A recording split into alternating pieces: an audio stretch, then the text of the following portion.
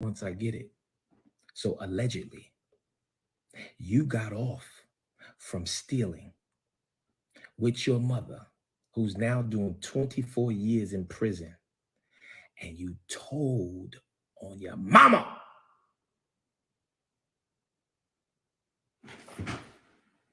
Sexual chocolate. Javi.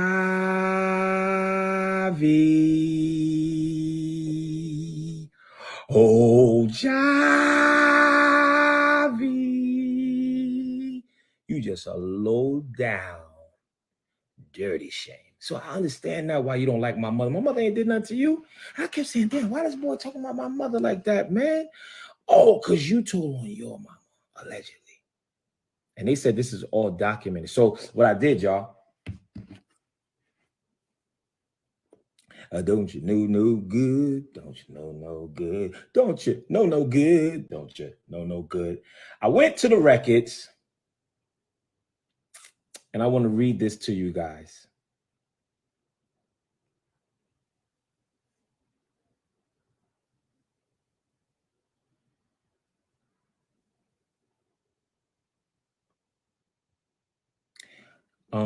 Y'all make sure y'all remind me for the open, allegedly, child molestation case against Larry Reid home, whomever did it against Larry Reid's home. Make sure that I give you guys the detective name, okay? Because I have the detective's name. So I just want to make sure I pass on the information because they said, you guys are saying that it's closed and they sent this over to me. So I want to send it over to you. And I want to give you the detective's name. So I'm going to give you the correct spelling.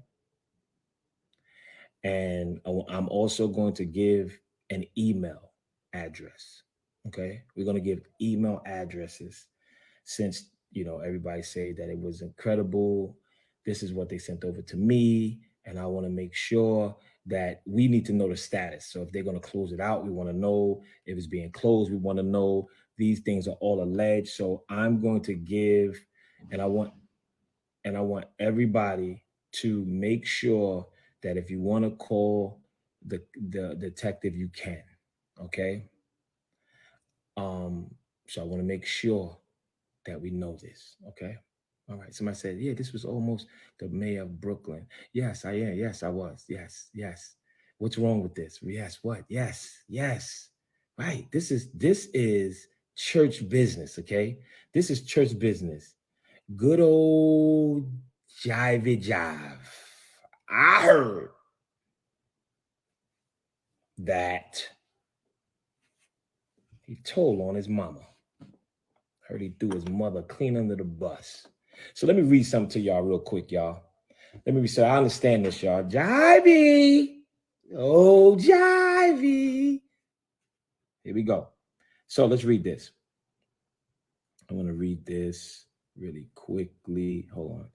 Let me just see when I screenshot it. Boom. Hold on 1 second. Continue.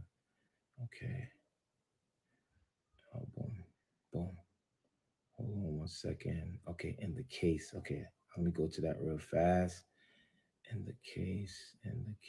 Okay. Here we go. I want to read this really fast, y'all. In the case of Jives Neely, that was his mother's name, she was convicted on multiple counts of racketeering, conspiracy, money laundering, forgery, and theft in Florida in 2007 after stealing $200,000 from a school voucher program intended for kids with disabilities. Her 19-year-old son, the Mario Jives, Jivey,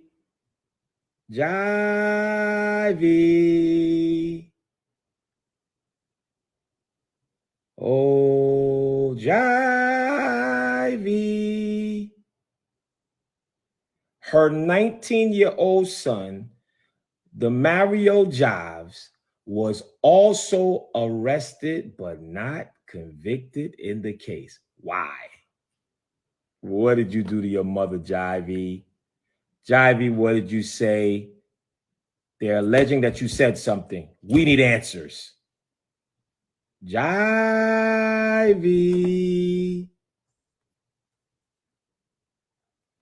Oh, Jivey.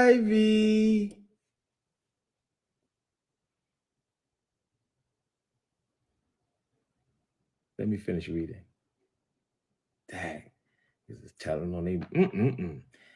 Okay, it goes on. In 2011, after Jive Neely was released, was released from prison, she and her son moved to Memphis to open Kingdom Dominion.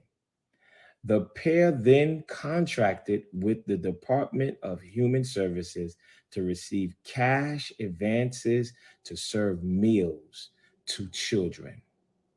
DHS paid Jive nearly $122,000 in advance of June and July 2014 after she pledged to serve 33,800 children for each of those months.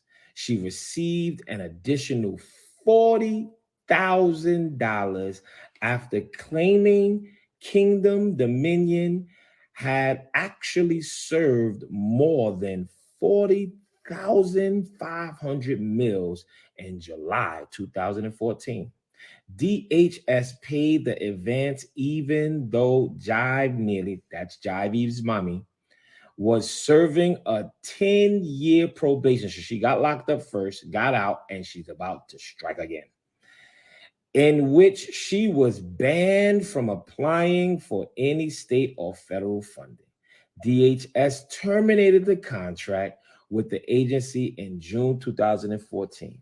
In 2014, when auditors with the Comptroller Office tried to meet with Jive Neely to review her programs, she advised them she was ending the food program effectively that day. When auditors visit her office to review the paperwork, Jive Neely's told them the records had been destroyed by a flood. By flooding that morning. Auditors found no signs of flooding at the site and were advised by the building maintenance personnel there had been no plumbing, roof, or any other leaks that day. A review of Kingdom Dominion bank records found that Jive Neely did not use the funds to purchase food. Jivey, are you talking about my mother? Let's talk about your mother. Let's talk about you and your mama.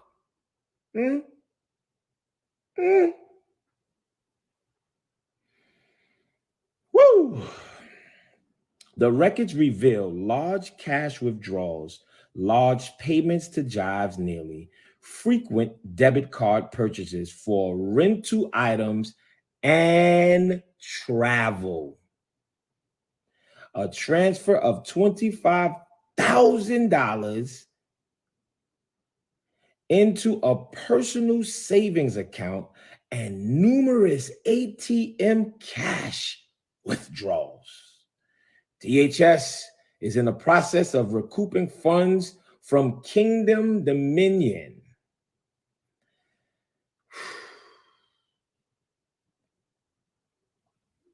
That's one article, y'all. Hold on.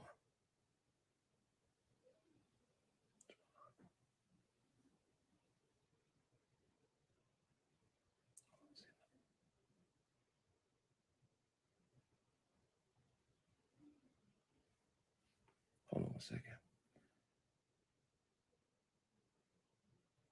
Woman sentenced 24 years for stealing $162,000 intended to feed hungry children. Jeanette Jives, nearly 50 years old, who was convicted of a similar scheme in Florida in 2007, also was ordered to make restitution. So this is what you and your mama do. And you talking about my mama? And you talking about my mama? You call my mama a name? You better worry about sending your mama some commissary, giving her some commissary money. Leave my mama alone. You need some help? What's your cash app? I'll send you something to send her something to put on her books. That's why you talking about my mother. You had to talk about my mother. You just should have said, Bishop, can you help me to help my mother? Can you say, I've been using you to get my YouTube up so I can get a little change so I can help my mama. All you had to do is say, I'm upset that your mama is not a scammer and a schemer. My mama ain't got no criminal record at all. Your mama doing 24 years in the penitentiary, and that ain't no joke. I've been there. And you want to talk about, he called my mother a hoe, y'all. I got this phone call today. I said, what? So then I had to go through my Rolodex of information that I have on Larry Reid, Live, and some more of his crew, because he got his crew out there. So the one with the long hair and the weave, the man with the long hair, the weave, back up off me. Back up. Because Tasha K said Conscious TV is allegedly Larry Reid's boyfriend. And I found some stuff out about you.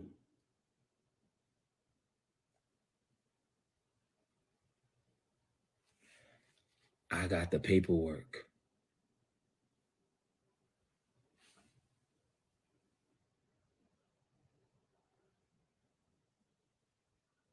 I got the paperwork. Long hair.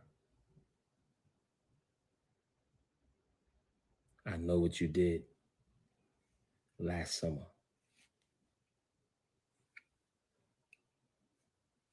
So while y'all was throwing stones at me, I was loading up. Getting back to Jivey, since you want to talk about mothers.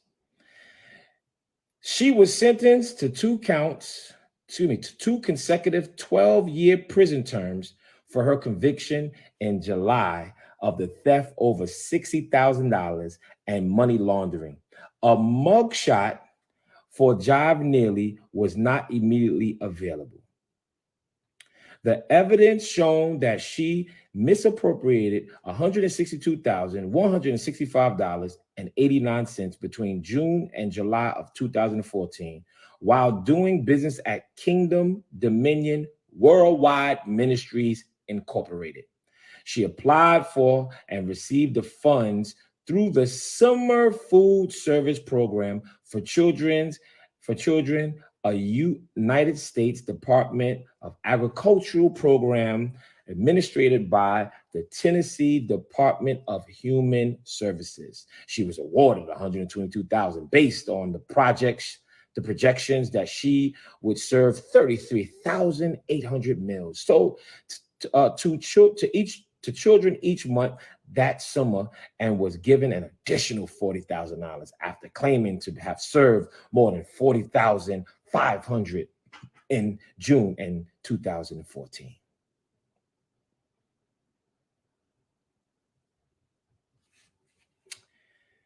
Oh boy, good old Jivey. Jivey. Oh, hold on, I like this one right here. Woo! Hold on, because he said his mother was a prophet, right? So let's get to that. Hold on, let's get to that. Prophetess. This was on News 2. News 2. It says, hold on a second.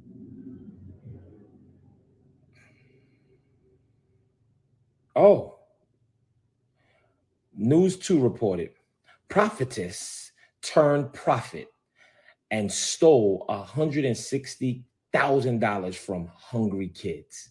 Jivey, why you bothered about my mommy? You need to keep your mother away from all paperwork. Y'all not good with paperwork. A woman calling herself a prophetess instead decided to profit by stealing from hungry children. Police says that the self-proclaimed prophetess Janet Jives operated the Kingdom Dominion Worldwide Ministry Incorporated and had a food ministry to feed hungry children in her community. As part of the summer food service program, she received more than $160,000 in the state funds for the project. But authorities stated that after a surprise audit by the Tennessee Department of Human Services, it was found that Jives was not using the cash to feed the children.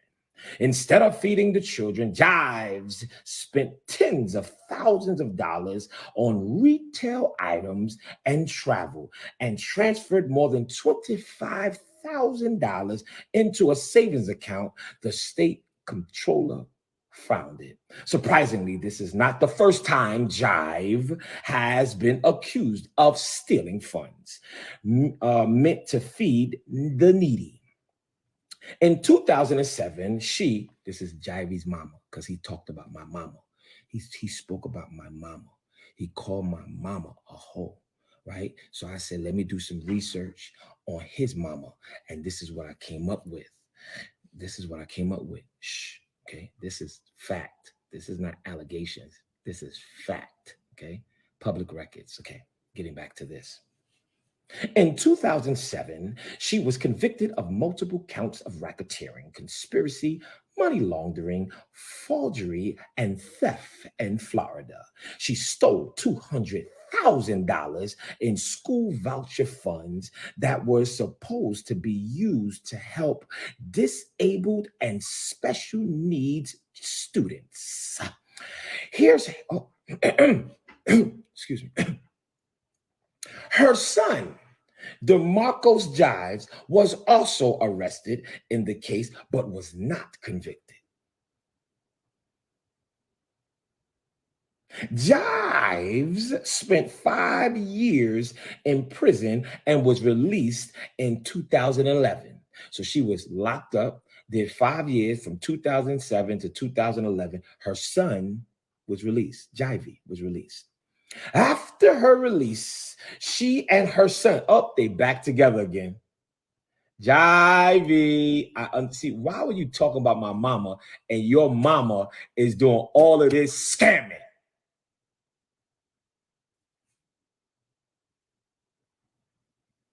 Jivey, Jivey, we need answers. We need answers because you was right there next to her. Jivey, when's the last time you spoke to mommy?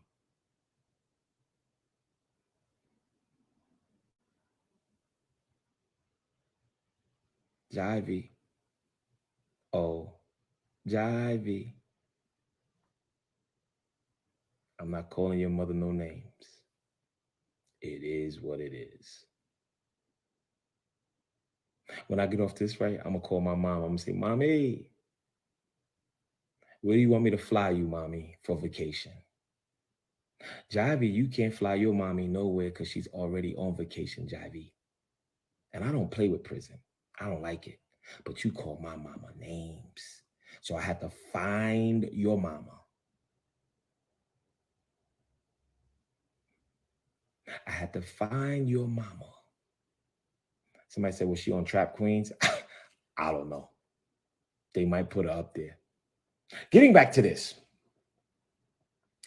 After her release, she and her son then moved to Memphis, Tennessee, and opened Kingdom Dominion Worldwide Incorporated. The pair, hold on, Jivey, y'all was together. They called you a pair. Jivey, were y'all together? Y'all was scamming and scheming together, huh? Hot diggity damn. It wasn't even Bonnie and Clyde.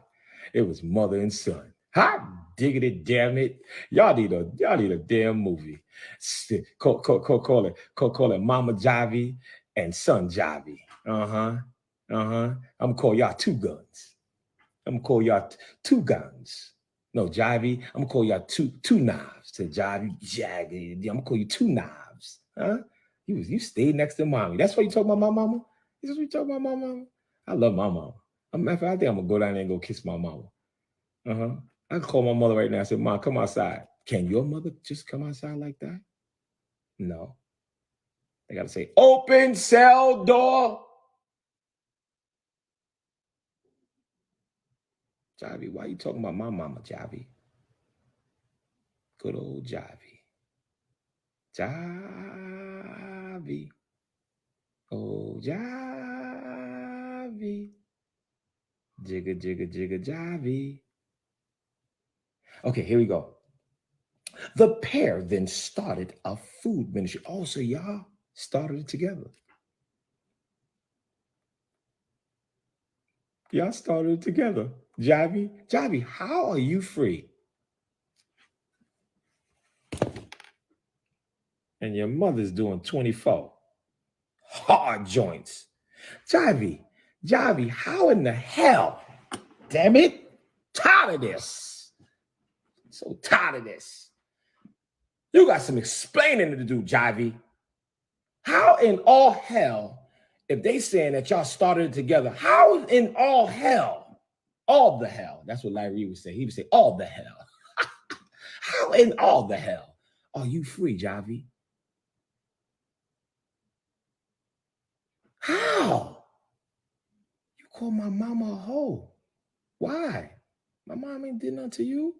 I ain't even do nothing to you. I didn't even know you. You see what happened when you do a sidekick with Larry Reid? Because I'm about to play some audio on him. But I had to give you some time, and I ain't giving you no more time. Where's your mama? Where is she? Where is she? Where is she? Where is she? Where is she? Where is she? Javi.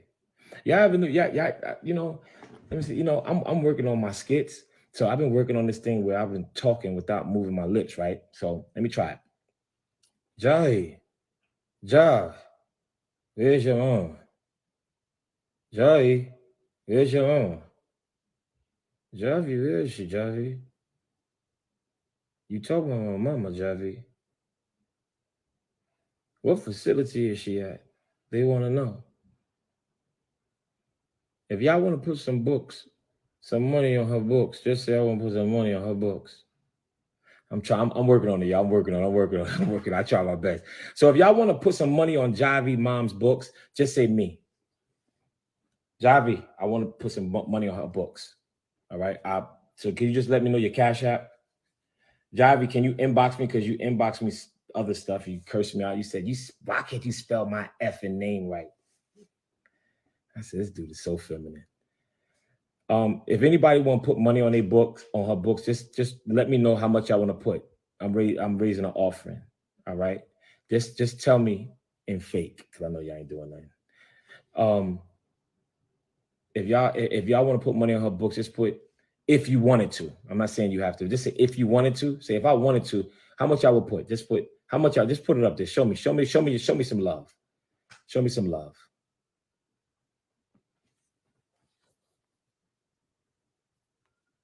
Show me some love, y'all. Show them some love, y'all. How much would y'all have put on their books?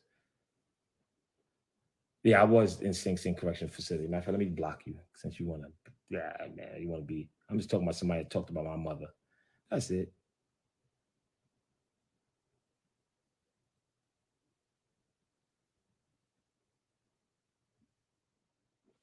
$0.60? Oh, come on.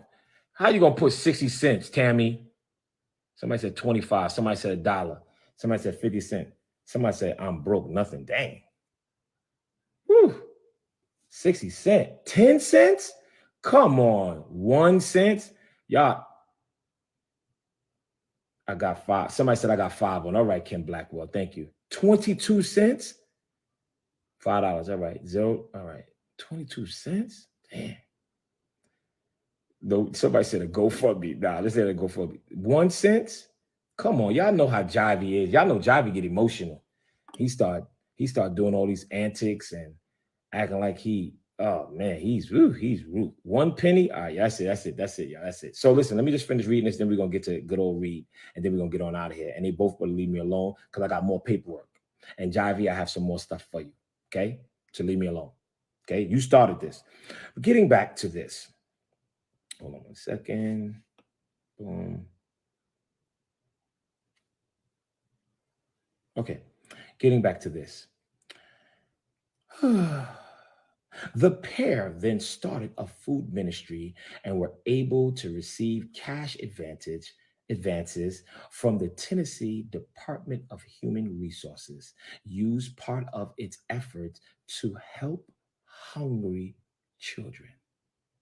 She claimed that her ministry fed 40,500 children with the money from the state, and because of this, she was given even more cash for her fraudulent scheme.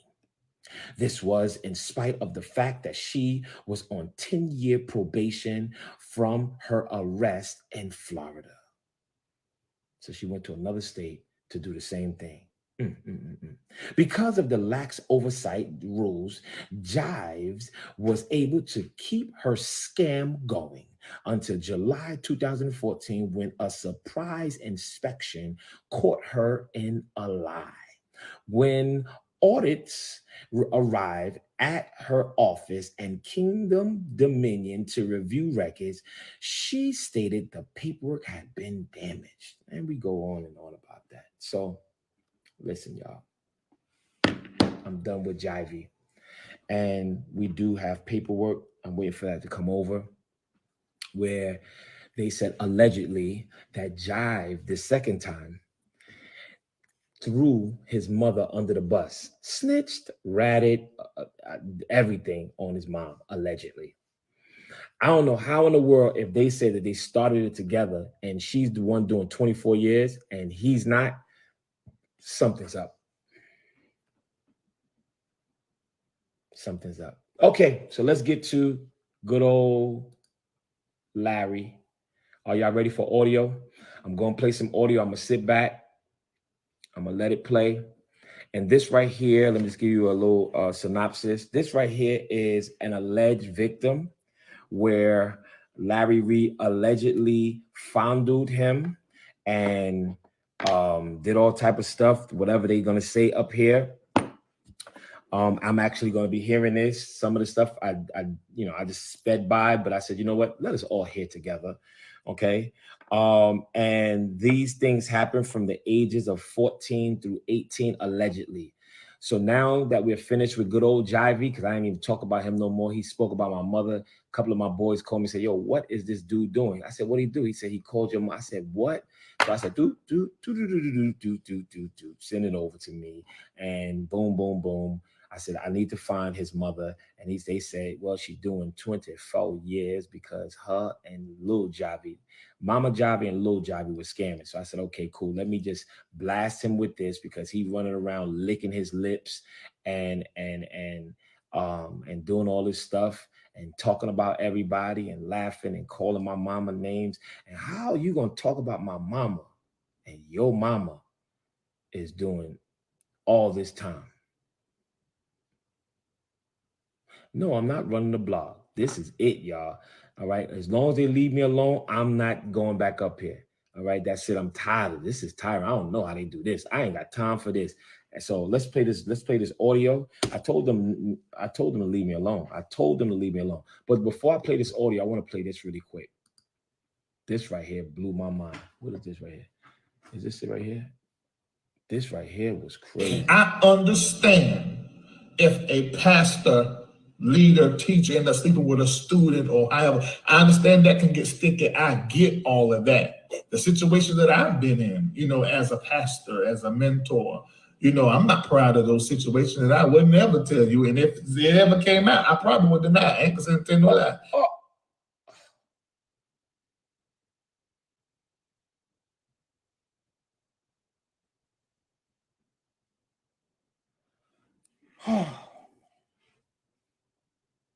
I wasn't ready for that, y'all. Can I play that one more time? Because before I lead up into these allegations, I just need y'all to hear what Larry Reid himself said. I don't know how we can trust anything that he said. I'm telling you, he done talked about the icon Shirley Caesar, Pastor Shirley Caesar's church.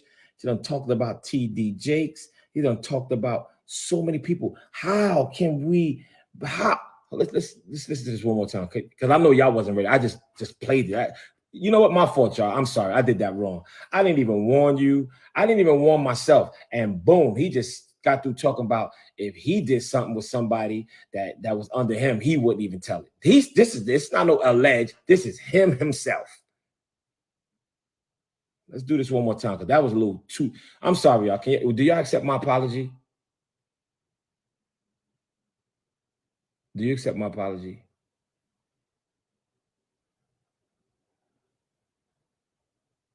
Can we just try this one more time? I'm sorry.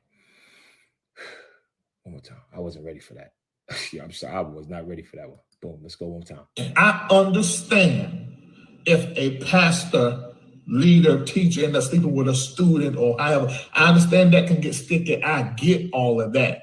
The situation that I've been in, as a pastor, as a mentor, I'm not proud of those situations, and I would never tell you. And if it ever came out, I probably would deny. I ain't gonna tell no lie. Okay, I want to play this one more time, right? But I need y'all to see his face, because I don't want y'all to think that I made this up, right? So I want y'all to see his face.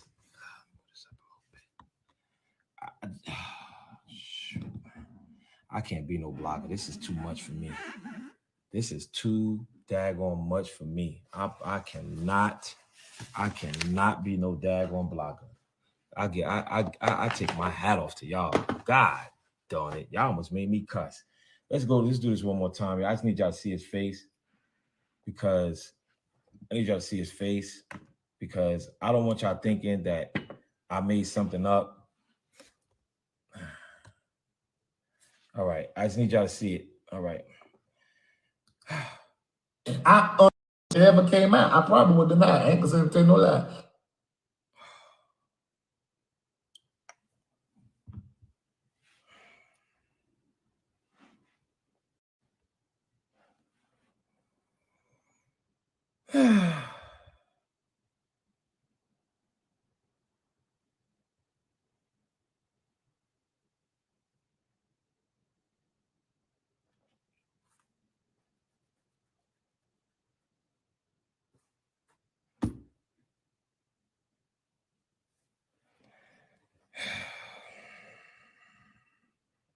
I'm stressed out, y'all.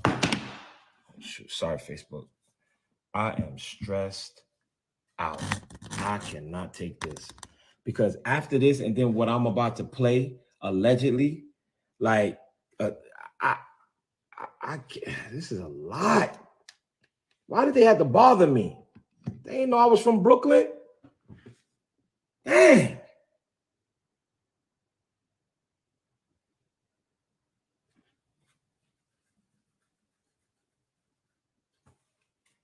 Let me play it one more time, y'all.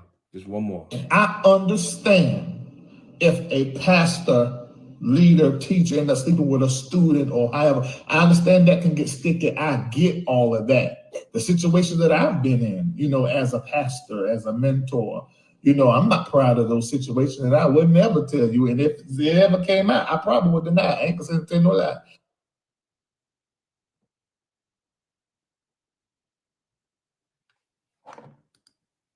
I understand if a pastor, leader, teacher ends up sleeping with a student or however. I understand that can get sticky. I get all of that. The situation that I've been in, as a pastor, as a mentor, I'm not proud of those situations, and I would never tell you. And if it ever came out, I probably would deny. I ain't gonna tell no lie.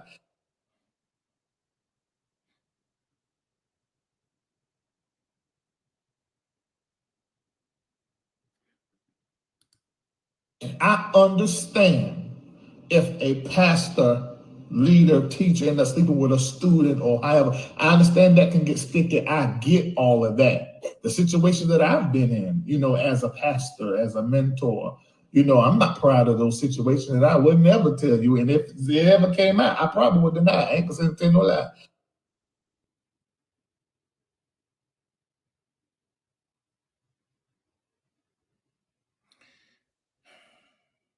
All right, so shoot. All right, y'all. So look, hold on. I'm just gonna do one more thing for y'all. I just want y'all to get one more visual before I play these allegations, so y'all can see it again. Just one more time. I understand if a pastor, leader.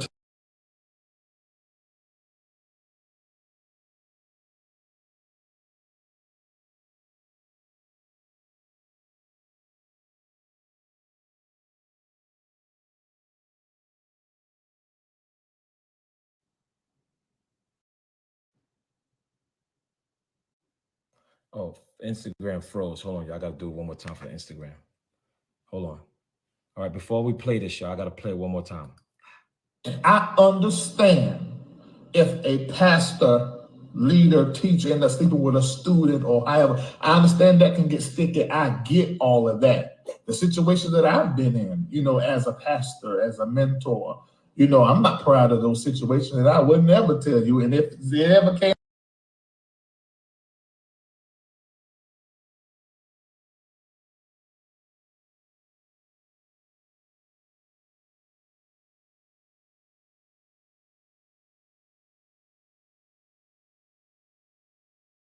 to those situations, and I would never tell you. And if it ever came out, I probably would deny. I ain't gonna say no lie.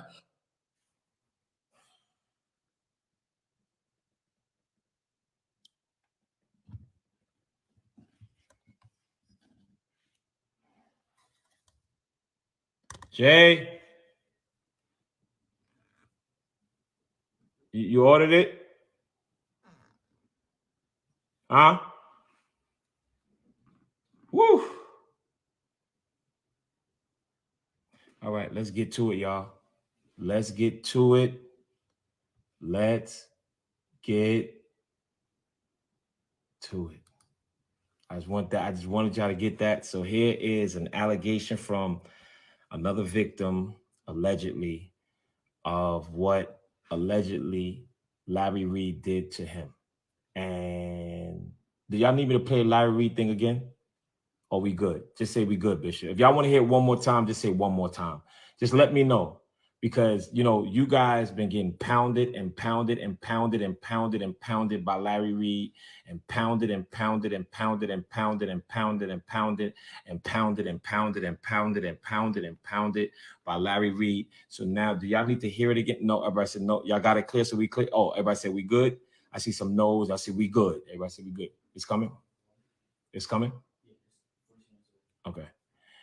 All right. So I just want to make sure that we're good. We're good. We're good.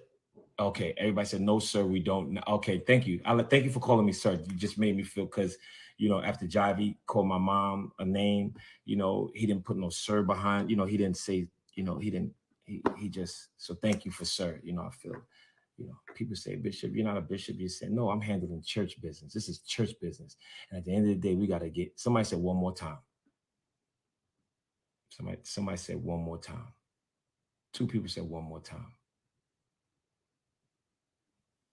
All right, now let me just get to the audio. Bam, we're going for audio. You good? Here we go. Here is how you doing, sir? One of the victims. How you doing? Can you hear me? Yes, sir. I can hear you fine. Okay, cool. Give me 1 second. I'm gonna take this mess off your side so they can talk, and we can talk. How are you feeling? Man, I'm good. I'm good, man. Hold on 1 second. Let me grab this real quick. Hold on.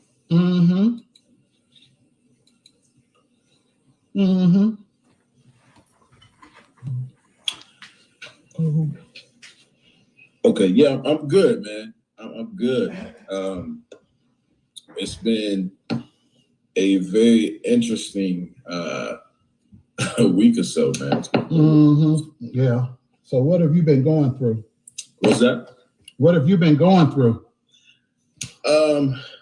honestly, man, like this whole scenario has kind of it's evolved.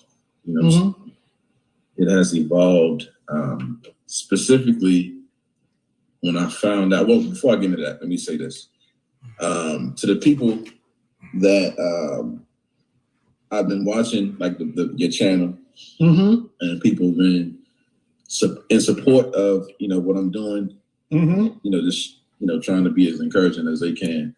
So I wanted to thank you guys for that, because like I said the first time I talked to Daryl, like this isn't an easy conversation to have. Right. At this point in life, Mm-hmm. So I definitely appreciate that support, and everybody kind of showing their support through the comments. But it evolved for me when I heard from the second accuser. Mm-hmm. That changed the game for me. Mm-hmm. That changed the game for me, and for a few different reasons. Go ahead. You know what I'm saying? Like because of who the person is. Right. You know what I'm saying? It really it shook me in a different way. Mm-hmm. And then listening to certain things, because I didn't hear the interview live. I had to go back and listen to it. Right. Hearing certain things that he said and the way that he described it. Mm-hmm. Like I knew that it was true, but just based off of my experience. Mm-hmm. And so me hearing him say, and all these years I'd never known. You know what I'm saying? And so to hear my voice on the interview that we did, and then from there say, well, this happened to me too, and they want to speak out about it and then reach out to me. I was like, man, like this breaks my heart in a different way. You know what I'm saying? Because he's younger than me, Right. And there's certain things that he did, man. So it just bothers me. But and you were able to contact him, correct? Yeah. We talked. He reached out to me initially, and actually when he first reached out to me, I didn't know that he had a conversation with you. I hadn't talked to him in a while, right? And he said he wanted to reach out and just checking up on me, kind of thing. But I thought it was just, I didn't think nothing of it. You know what I'm saying? He told me what it was. I'm like, oh my God, And man, so the reason I wanted to hop on here with you tonight, man, is just the reaching that I'm seeing done on the other side, man, is crazy. Like they're trying to draw this narrative and try to paint a picture that's not real. Like they're just using it to deflect, right? Trying to paint a picture of who I am. You know what I'm saying? Right. To reflect what the reality is. And so I said, let me hop on here. Like I've talked to my lawyer. And certain things, obviously, I can't say, but certain things I can say. And right. And I would never try to cross that line with you. Yeah, for sure. So one of the things specifically with the second accuser that I wanted to highlight was right ahead. Yeah, man. When he mentioned that Reid had asked him about gay porn. Right, asked him had he considered watching gay porn, or had he considered letting a man do oral on him, that kind of thing, right? So I want to kind of give this some context so people can kind of understand like how it happened, right? Go ahead. So with me, like me and my dad now is like my best friend, right? That's like a guy. But back then, my mom and my dad divorced when I was like 9 years old. Right. And he was on a journey trying to figure himself out. And we just, for a long time, he just wasn't present. Right. And so with him not being present, being raised by a single mom for a while, I reached out to what was around me. Like I was raised in the hood. So I reached out to like gang life and, that kind of thing. To that. Really because like my pops, like let me say this too, my pops, he was in my life consistently all the way up until they got divorced. And so from having him in my life every day to not seeing him at all, like it just kind of, it threw me. You know what I'm saying? And this isn't a unique storyline. Like there's so many right. you know what I mean? Right. But I'm just giving the story some context. Go ahead. And so, with me not having him there, you know, I became angry. I was angry, and like I said, I reached to what was available to me, which was the street at the time. And with that, I was always, my mom, you know, she was always in the church, but I wasn't as interested. You know what I'm saying? Like she's always been a church lady, you know, but at the time I just wasn't interested in that.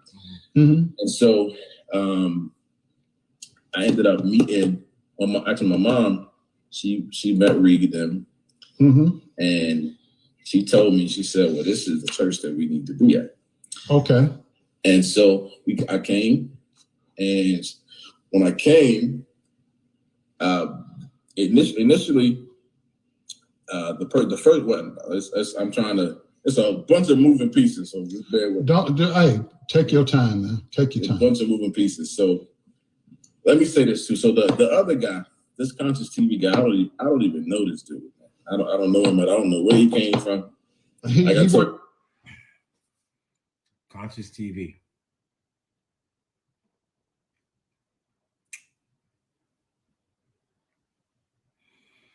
Okay, let's get back to it. He works for Larry. He works for Larry. It's crazy. I don't know what he looks like. Nothing, right? And so the people that, like, so the first person that he interviewed, let me just speak to this just briefly, and I'm gonna move on from it because it ain't even important. Like, if you look at the videos, ain't nobody paying attention to it anyway. Right. But, so I'm not even gonna give it too much life here. So I'm just exactly. We focus on y'all, man. We focus on y'all. So the first person he spoke to is the person that I connected with initially when I first came to the church. And from there, then it was Shamako. Then it was Reid, right? And also, let me say this too. So they're kind of showing their hand a little bit. So initially, when the time that you called me, asked me like what age was I when this stuff happened? I said 14 to 17. That what I'm hearing, like I said, and it's crazy. What I'm hearing is they're trying to use that as a way to minimize what actually happened, right? So the actual dates was 15 to 18. Now mine, you was a kid. It was a kid. I was a kid, right? Like when it happened, when it started, is irrelevant.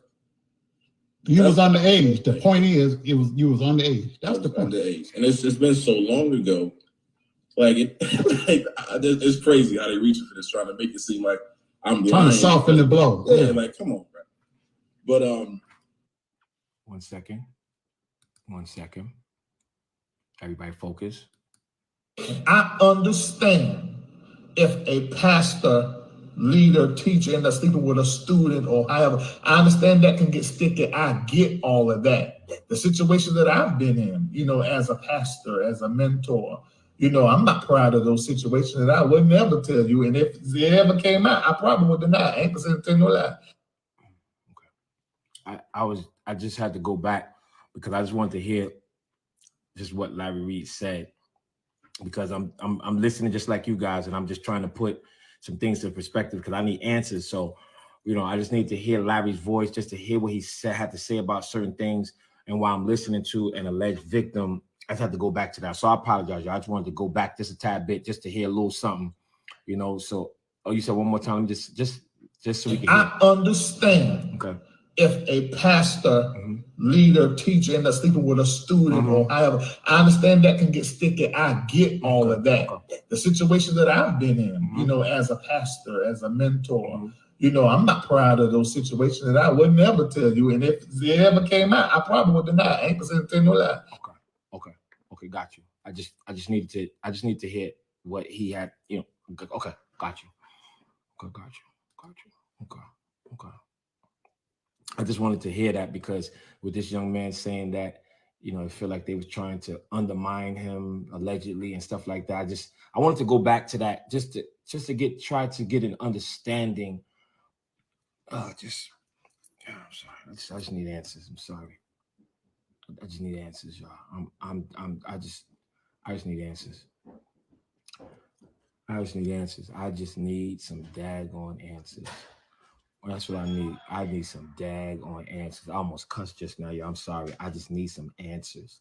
Because after what they did, what Larry Reid does to this church, and all the allegations he put against these preachers and myself and these bishops, and Lord, I just need some answers.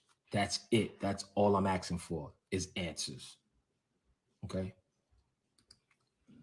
Yeah. So let me just clear that up. That's what they're trying to paint a narrative like, because I said age 14, then that makes that makes everything I'm saying uncredible. Like it's crazy.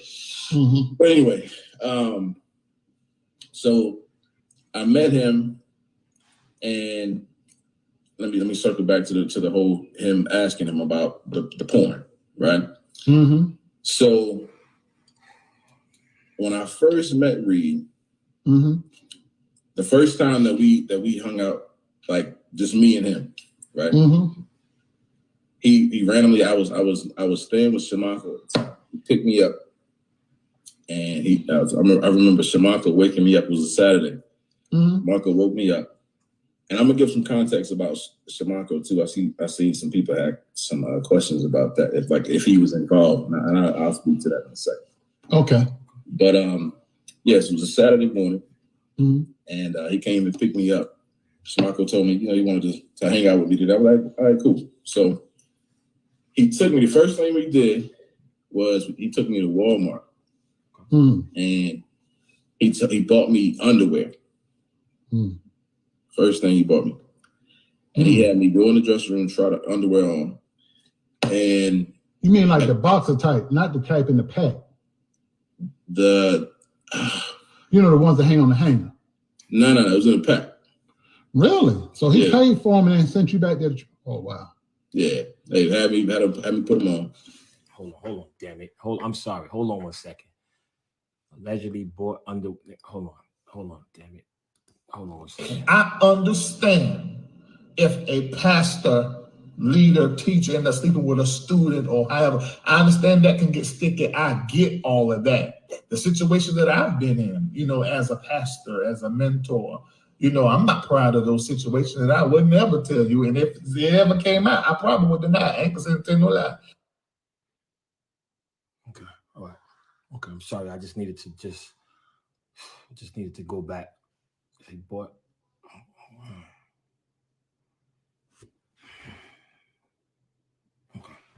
Okay, all right.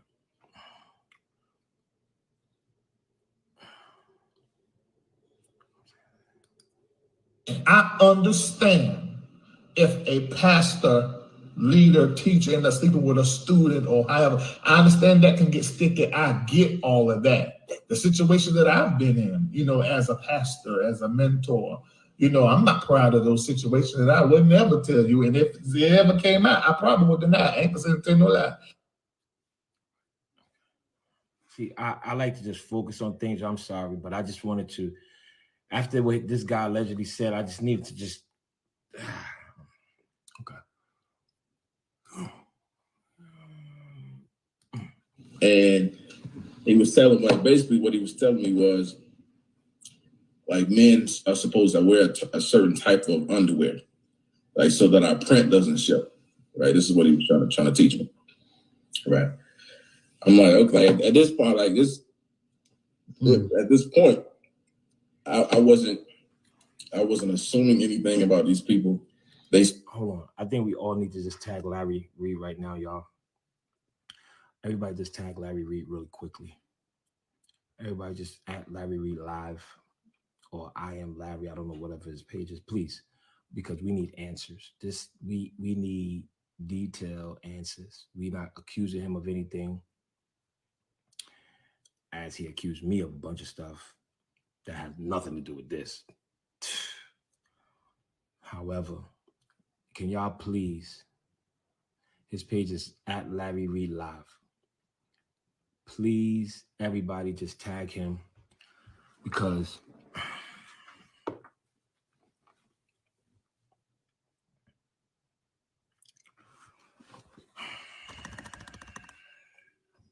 this stuff is stressing me out. I haven't heard this. So hold on a second. Hold on a second. One second.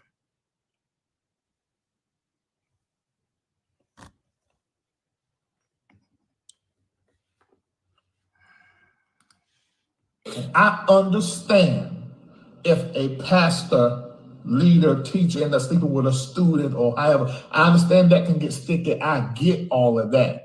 The situation that I've been in, as a pastor, as a mentor, I'm not proud of those situations, and I would never tell you. And if it ever came out, I probably would deny. I ain't gonna tell no lie.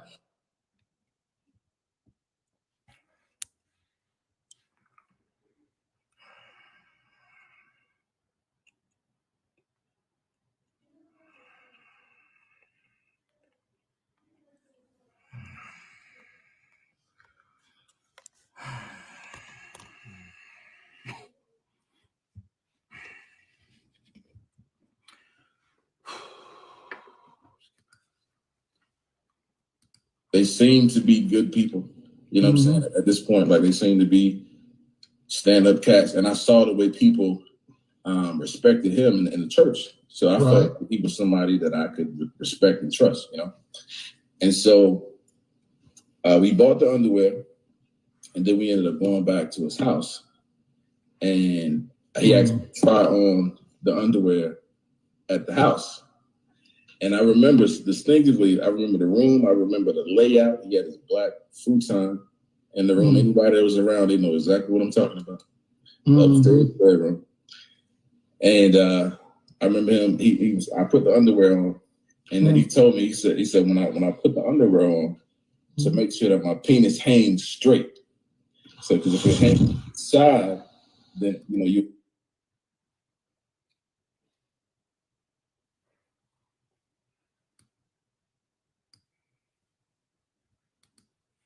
And then he told me, he said, when I put the underwear on, to make sure that my penis hangs straight. So, because if it hangs side, then, you'll still see the bulge. And then he pulled his pants down. He was like, you need to hang like this. And he showed me his penis, right? I understand if a pastor, leader, teacher ends up sleeping with a student or however. I understand that can get sticky. I get all of that. The situation that I've been in, as a pastor, as a mentor, I'm not proud of those situations, and I would never tell you. And if it ever came out, I probably would deny. I ain't gonna tell no lie.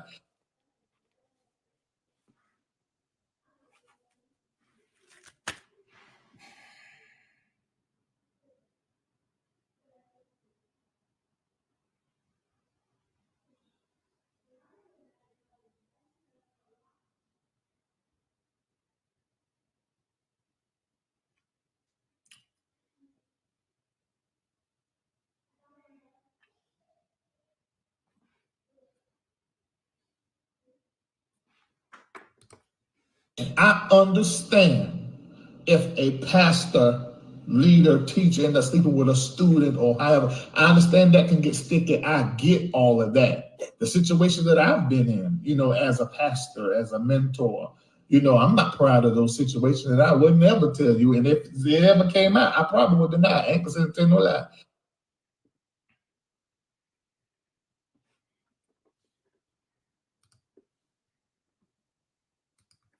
He did it when he pulled his pants down.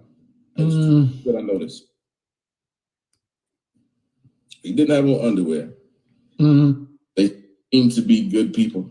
You know what I'm saying? At this point, like, they seem to be stand-up cats. And I saw the way people respected him in the church. So I felt like he was somebody that I could respect and trust, And so we bought the underwear, and then we ended up going back to his house. And he asked me to try on the underwear at the house.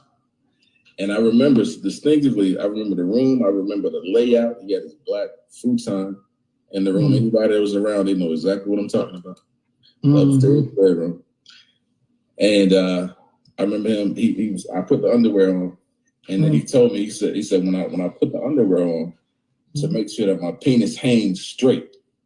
So, because if it hangs side, then you'll still see the bulge. And then he pulled his pants down. He was like, you need to hang like this.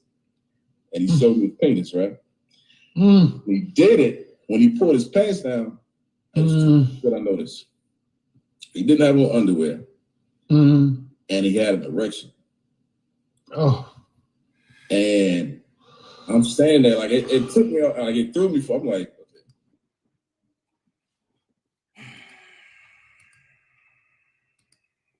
I understand if a pastor, leader, teacher ends up sleeping with a student or however. I understand that can get sticky. I get all of that. The situation that I've been in, as a pastor, as a mentor, I'm not proud of those situations, and I would never tell you. And if they ever came out, I probably would deny. I ain't gonna tell no lie.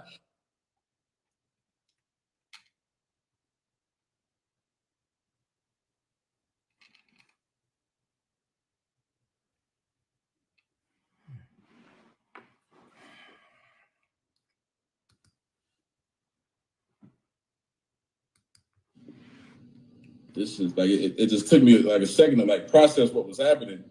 But he did it so casually, like in the moment, like I felt like weird because he seemed like it was normal. So like me having a inner conflict about the moment, like his presentation of how normal he was acting, it made me feel like, well, maybe I should just be regular. Maybe it ain't that big of a deal. You know what I'm saying? And so that was the first one, right? So then from that day is when we started to kind of build more of a This is all alleged. This young man allegedly was molested by Larry Reid. Allegedly. I don't know what the hell is going on. I just need answers. You are a pastor of the Lord's church, and we just need answers. We just need clarification. This case is still open and under investigation as per the police department. And all we are asking for is answers. Somebody said they're having an inner conflict. Me too. I am conflicted. I just can't understand these allegations and what you do to make your money. You tear people down. You try to tear me down. And these allegations, I need answers. This is not gossip. I need answers. Can everybody just type in answers? I can't even chew gum no more. Can y'all just type in answers? I don't care if people say what you want to say about me. I need some daggone answers.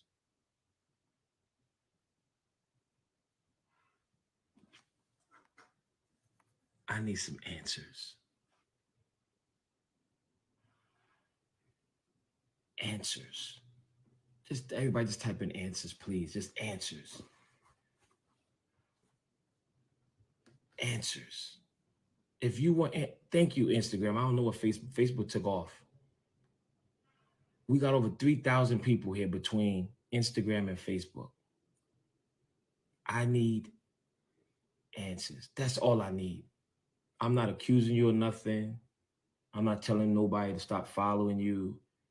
They do what they want to do. As for me, I need answers, Larry Reid, sir.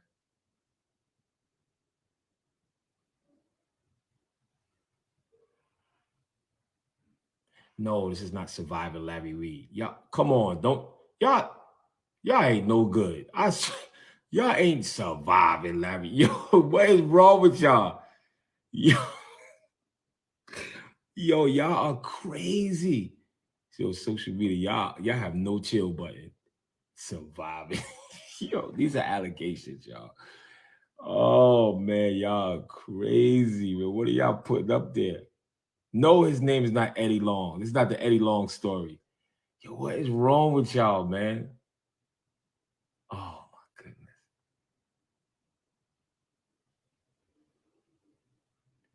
All right, let's keep going.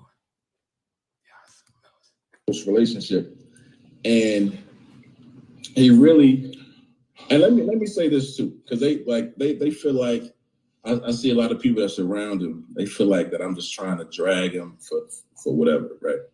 Mm-hmm. There are a lot of things that I learned being around him that was necessary for the space that I was in at the time. Mm-hmm. There was a lot of good things that I learned, but the reality is, what happened happened. Like it don't matter how good you think you did, or how much you think you helped me evolve. Like, none of that matters when the reality is what it is. Right. And so, and I have a full scope of that now. Back then, I didn't have a full scope of it then. But so, hold on 1 second, I got a text. Okay.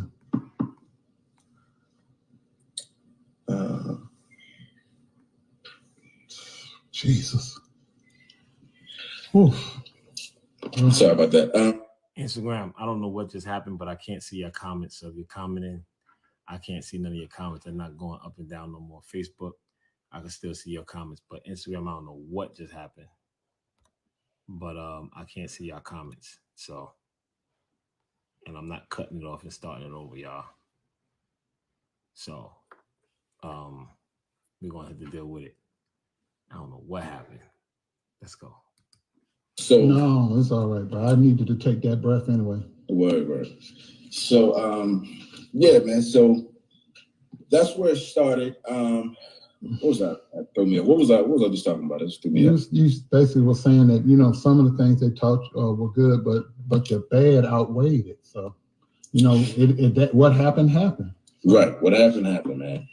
And so, like I said, we started dealing more closely, and what stuck out to me with listening to the second accuser, right, is the whole asking him about gay porn and all that stuff.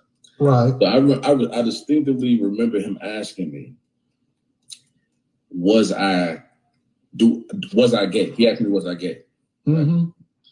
And I remember emphatically being like, no, I'm not gay. What are you talking about? And then he was like, well, how do you know you're not gay? I said, I just know I'm not gay. I just know I'm not gay. Mm-hmm.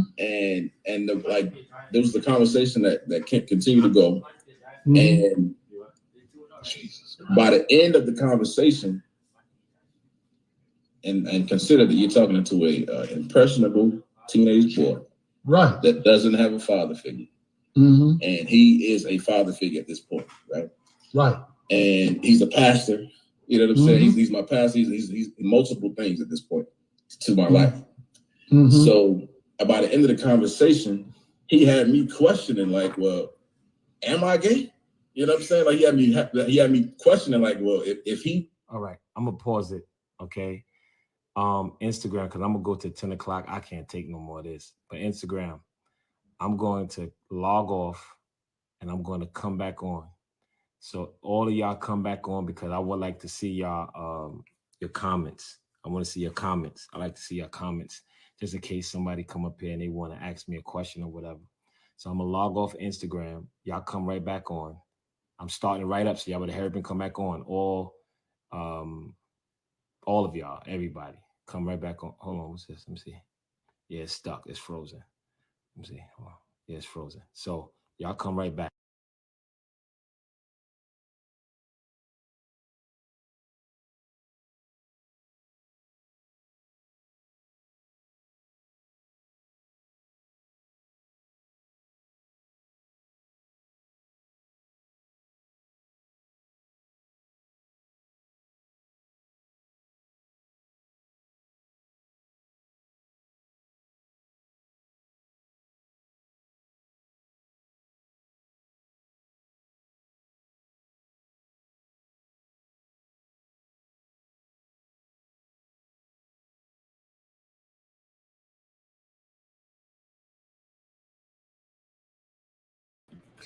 All right, ladies and gentlemen. So what we will do is exactly what the bishop said. We will definitely hang tight and let him come back online. For all of those that are just now getting in here, thank you all for coming in. Thank you all for definitely supporting the Queen Tulsa show. Without further ado, let's go ahead and get on into introduction. Hello and welcome. Thank you for tuning in to Goddess Tulsa After Dark. This is where you let your hair down, get you a beverage, prop your feet up or down. Now it's time to hit the like. Are you subscribed? Don't forget to hit that cash app because it's After Dark with the Goddess. All right, ladies and gentlemen, and please don't forget to get your mask. It stops here. The link is definitely pinned in the chat. So make sure you get your mask. The Vina B above 7, is this recorded or live? This is live. Okay, I can stay, no problem. Thank you so much for staying. If you post these lives, I will be here. Thank you so much. Yes. Evolution 101. Hello, welcome.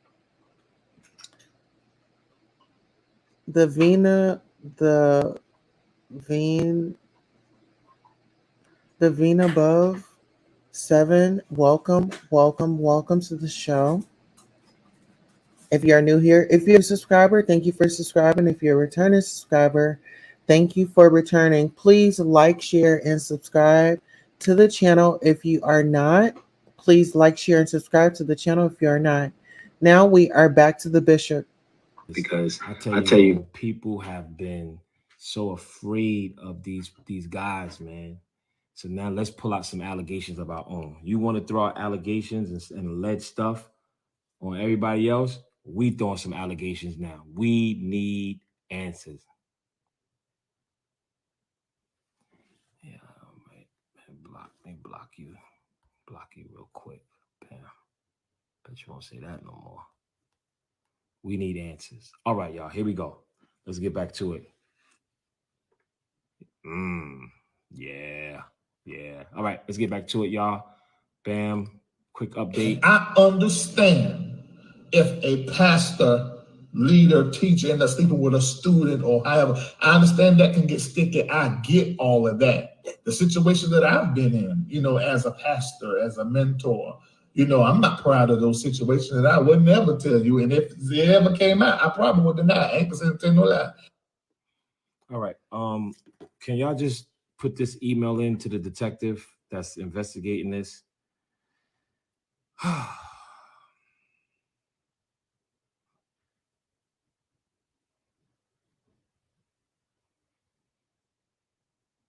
Are y'all ready to type the email in? Let's type the detective's email. His name is Kevin Hubbard. That's Kevin, Kevin. Last name is Hubbard. His email address. I want y'all to put his email address in. I'm not playing. Y'all, let me tell you something. You ain't gonna play with the church no more. Okay. You're not gonna play with the church no more. And I got more footage. Okay. Okay. Everybody type in the email address. Okay. I want y'all to put Kevin.Hubbard at RaleighNC.gov. We need damn answers. I need some answers. I'm having my team email this detective. We done called over there. I need some answers, okay? Because if we got these alleged victims talking, I need answers. This is somebody, kids. All right, y'all ready? Write this down. Oh, yeah, y'all got it. Yep, you got it. Kevin.Hubbard at RaleighNC.gov. We need answers. We need answers.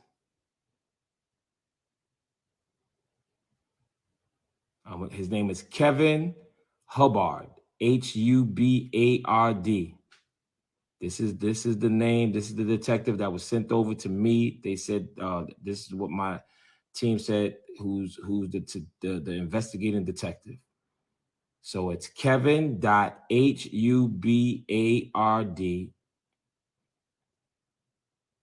at RaleighNC.gov. Somebody said, all right, here we go.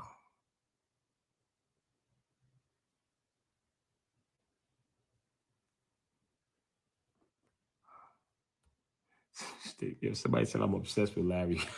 They crazy. He bothered me. Okay, let's get back to it. Y'all ready?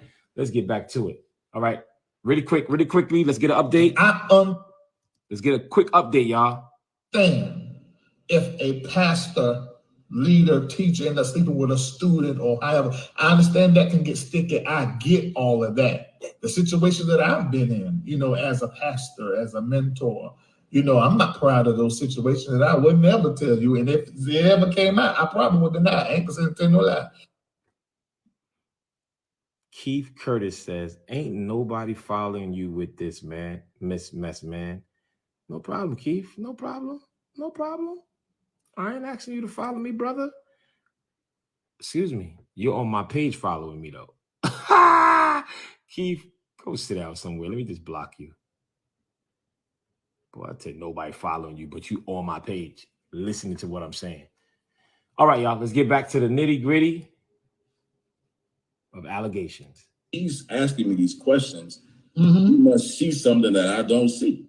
Yeah, because I remember you telling me that at one point he said either you're going to be gay, because he said he calls it prophesying. You say either he see a spirit on you, either you're going to be gay or you're going to be a whoring womanizer or something to that effect. Yeah, this wasn't a prophecy situation. We were just talking, right? But he did say that. He told me that was kind of a part of where the molestation stuff, that's where it started at. Like he built a spiritual context for why what was happening. And so he basically said he was helping me along my journey. So his position was that he said because he could see the kind of person I was, so he said I was either going to be a gay male or I was going to be a man that's a womanizer. And I'm with a whole lot of women. And in 2021, none of that is true. I've been married coming up on 11 years, and I never cheated on my wife. You got married real young. I got married young. And I'm gonna speak to that too. I'm just briefly. They're also trying to paint this picture of my wife, talking about like she was molesting me. Like they tried to flip it. Somebody sent it to me. Right. I couldn't stomach it. I had to turn off. I'm sorry, I couldn't watch all of it, but I needed it for evidence.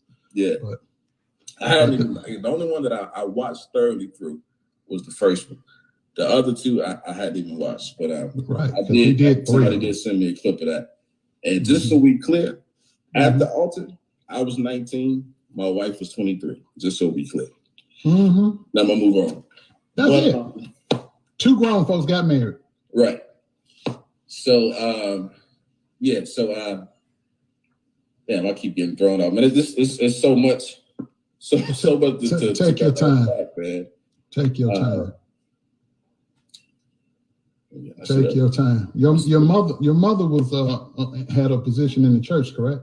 She did, yeah. She did. Just like the second accused. She did. And she trusted him, man. Like she trusted him to be this father. Like she basically, because she saw the path that I was on. You know what I'm saying? Right before we came to the church, like I had really started getting into some crazy stuff. You know what I'm saying? I had really started getting into some, like, you know what I'm saying, the whole gang thing, I really was into that. And when we met these guys, he was like, finally, you know what I'm saying, I got somebody that he can, some guys that he can glean from. You know what I'm saying? That was her position. So she was just like, y'all do what y'all got to do. And she trusted him, 100%. Trusted him 100%. And, you know, it is what it is at this point. So, Yeah, but the thing that pricked me was, like I said, that whole storyline, man, of him talking to the second accuser about this gay porn. Because, like I said, in that conversation that me and him were having, by the end of the conversation, he had me questioning that. Like, so he told me from that conversation, he said, well, I got some tests that I can do to help you determine if you're gay, right? Oh, shoot. And at this point, I'm like, what is he talking about? Like, he got tests that I can do. And it just confused me. I'm like, okay, what kind of test? What is he talking about? And so a few weeks passed, and because of like the kind of person I am, like, I'm like, I want to know if I'm gay. You know what I'm saying? At the time, that's what I'm thinking. I'm like, I need to know. You know what I'm saying? Before this conversation, I was sure that I wasn't. But because he's asking me these questions, because of who he is, I need to at least consider what he's saying. You know what I'm saying? I'm trusting that what he's saying is what it is. I'm like, okay, he sees something that I don't see, so I need to at least consider it, right? And so now I'm asking him every day. I'm like, yo, like, can we do these tests? What are you talking about? Like, I need to. When can we do these? I remember asking him that a lot, and he would always just that. He was like, we're gonna do the test for everybody, you know. And I would always look. I would say it in front of people because I didn't know what he was talking about. You know what I'm saying? I'm like, when are we gonna do these tests in front of people? And he would like downplay it, like, nah, you know, stop asking me that. Like, we gonna do them, you know. And so what I didn't know is the tests were gonna be sexual nature. Oh wow! Oh hell! What he had me do in this same room with what a futon is, what futon was, the black futon. He told me, so he called me in the room. I can't remember if I was living there at the time or not. I can't remember if I was living in this house yet. But he called me in the room and he said, sit beside me. He told me to take all of my clothes off. And I took my clothes off.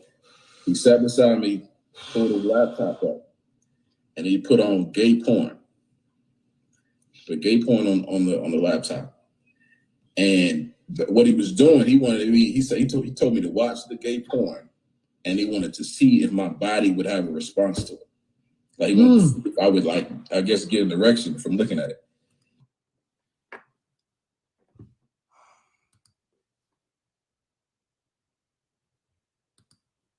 I understand if a pastor, leader, teacher ends up sleeping with a student or however, I understand that can get sticky. I get all of that. The situation that I've been in, you know, as a pastor, as a mentor, you know, I'm not proud of those situations, and I would never tell you. And if it ever came out, I probably would deny. I ain't gonna tell no lie.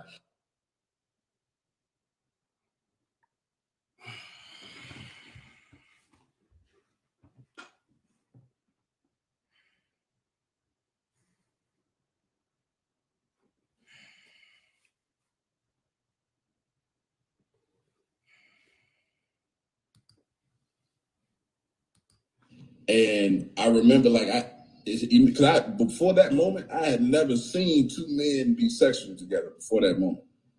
And so in the moment, I almost threw up. Like when he put it on, I started gagging. I was like, yeah, like, and he was like, I remember him laughing about it. Like, I started gagging. And from there, he was like, well, he told me to stand up. And that's when the whole this was the very first time. It was the first time that he masturbated in front of me. Oh, I remember distinctively. He had a white wife beater on, and he was sitting down in front of the futon, and he had a black and white zebra blanket back then. He had a black and white zebra blanket that he would wrap around him, and he was sitting there, and he had a camera. He was recording me. He told me to turn around in a circle. I'm completely naked. He not even knowing, like, I'm in my mind. I'm like, what in the world is happening, bro? Like, that's what I'm thinking in my head. But I didn't have the courage because, like, I wanted the relationship, right? Right. I wanted the relationship because he was like I wanted a father figure. You know what I'm saying? And I didn't, in the moment, I didn't want to say or do anything that would make him like not want to be that figure for me anymore. You know what I'm saying? That was how important a father dynamic was to me at that time. And he basically used that as a way to control me and to manipulate me. And that's where it started. So from there it progressed. There was never. So let me say it like this. And I told my mom heard my first interview. I told her, I'm stop cursing when I'm talking about this stuff. I'm trying. I ain't doing. I'm telling you, it's hard for me too. It's hard for me. But I told her stop when I'm doing these interviews. I'm not gonna curse. Right. But so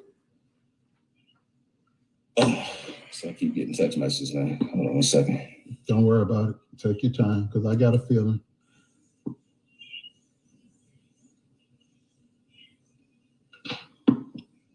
Okay. What was I just at? My bad. You were just saying how your mother wanted you to stop cursing and say you're trying, but it's just when you talk about this stuff, it brings out that. But the context before that, what was I saying? Shoot, I forgot that quick too, because I'm just still blown away about the man wrapped in a zebra blanket. I'm sitting there trying to get that out my head. Gotcha. Okay, so that'll bring me back to it. So yeah, the whole zebra blanket thing, he was wrapping around, and that's when he started masturbating. So he never exposed himself. He was under the cover. This particular time, this is the first time it happened. He never exposed himself, but he just had me turning. And I remember when I saw the blanket moving, right? When I saw the blanket moving, I said, is he jacking off though? Like, and that's what I'm thinking in my mind. Like, is that I know that ain't what he doing, right? And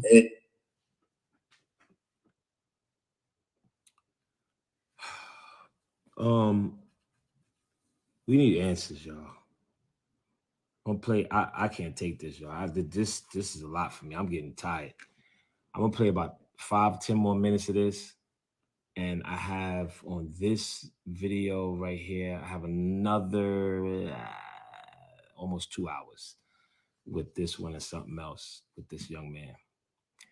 And there's a lot of allegations. So I'm gonna play about 10 more minutes of this. I can't take it. I'm about to go lay down. This stuff just drain all hell out of me.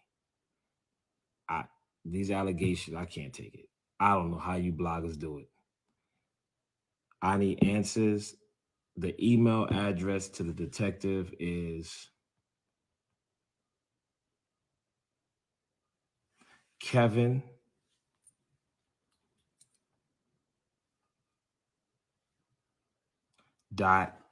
HUBARD@raleighnc.gov.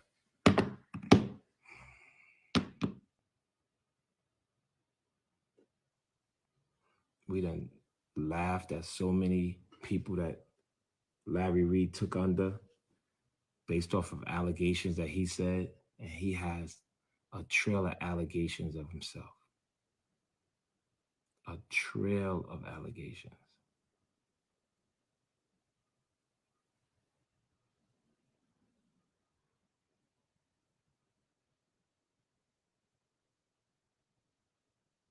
What answers are we looking for?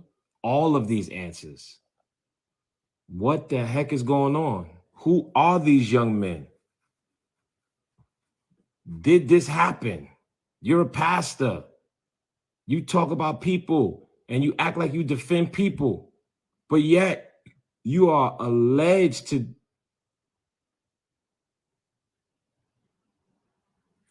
All right, 10 more minutes, y'all. That's it. I'm going. I can't do this no more. All right. But it was. You know what I'm saying? So it's so many different examples of that I can go into. But the meat of it is this. He, and it's funny because I actually heard him say this. It's interesting. I heard him say this on another platform. He was talking about T.S. Madison, the interview with the four guys, or it was like 4 blocks. I watched it that he did. Yeah, he was one T.S. Madison and then 2 of T.S. Madison's friends. Yeah. It's interesting how this happens. He was saying that when he was a kid, that there was a guy that he was in a relationship with in his mind. And he said at the time he wasn't able to rationalize that he was being molested. So because of how the relationship looked to him, he wasn't able to know it as molestation. But he said now, with the evolved mind. Oh, y'all said Tasha's here? Is Tasha in the building? Tasha, I think I'm gonna send this over to you. Is Tasha? Y'all said Tasha here? Oh my. Tasha, you missed some stuff. You missed some allegations. Oh my Jesus. What the heck? Tasha, where are you? I don't see her. I don't know if Tasha, because I know Tasha's in Africa. I don't.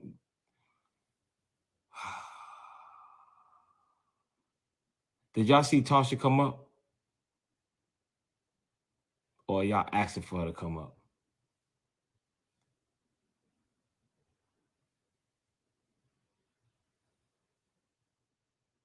Y'all didn't see her. Okay, I thought y'all saw her.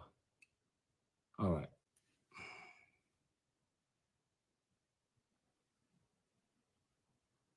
Wow. All right. This is a lot. Let's finish, y'all. We got 6 more minutes. With the adult mind, he's able to see that he was manipulated, and it was molestation by definition. And for him to be able to make that rationalization about his own abuse, that tells me that he knew exactly what he was doing with me at the time. That tells me that's what he was doing. Like he knew he was playing on my dad not being there. He was playing on that. He was playing on my dad not being there. And I can remember him even telling me that, I don't need my dad. Like, because I remember I remember you telling me that. I was going to hopefully you bring that out. Yeah, we would have conversations about how, I wanted my dad in my life, and I was so angry about it. And he would tell me, like, I should just act like he doesn't exist. I should act like my dad doesn't exist because I have him. You know what I'm saying? And I shouldn't even act like he exists. You know what I'm saying? It's be like telling me that I don't need him. And that was the furthest thing from the truth, man. The furthest thing from the truth. Like, me and my dad, we've been good for years now. At this point, like we had those hard conversations that we need to have. And that's my guy now. Like, we talk regularly. We talk regularly. You know what I'm saying? Let me say this to y'all, right? Because I'm seeing people in the thread talking about. I'm seeing people in the thread talking, oh, we heard about this. Listen, we want answers. Y'all let Larry Reid deflect y'all if y'all want. If this case is still open, I don't care what you heard about it. It would have been closed already. All right. And I think that if anybody has an allegation as serious as this, it needs to be heard. So all you people that are on Larry Reid's team, nobody's against Larry Reid. We just need some daggone answers. Period, point blank. You done messed with the wrong bishop. You and Jivey. Jivey called my mother a name. We found out that allegedly he told on his mother. But we do know for a fact that his mother been scamming since 2007 and now doing on her second bid for taking money that she was supposed to give to the needy. And you guys are Bonnie and Clyde, or Bonnie and Bonnie, whatever y'all want to call yourselves. Let me see, who's this? No, that's not Tasha. That's the fake Tasha. That's a fake Tasha K right there, y'all. Oh shoot, they got a fake Tasha K. Oh my, that ain't got no blue check. Yo, y'all tried to hit me with the fake Tasha K.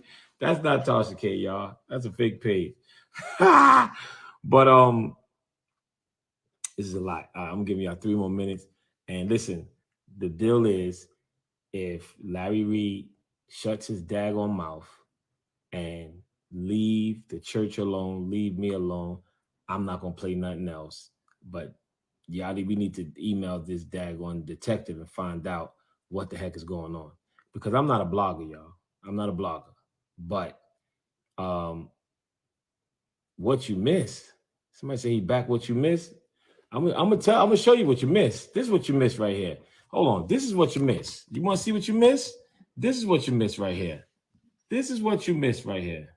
Right here. This is what you missed. I understand if a That's what you missed. I understand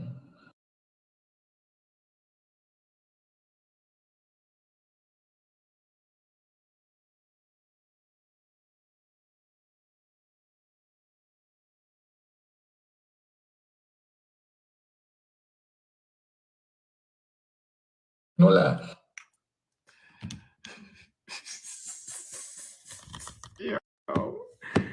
Yo, my goodness. Hold on. Okay, so I guess your guy, Conscious TV, was watching my page, and he know that I have some paperwork on him. So he's on, I think, his live talking about his prostitution arrest. Yes, Conscious TV was selling the booty. I'm getting off, y'all. I gotta preach tomorrow. I can't take this no more. I just got a text and they said Conscious TV is on right now. So that means he must have been looking at what's going on over here. And I got something on all y'all, okay? And one of the things that I was going to talk about was Conscious TV. And yes, he was arrested selling the booty.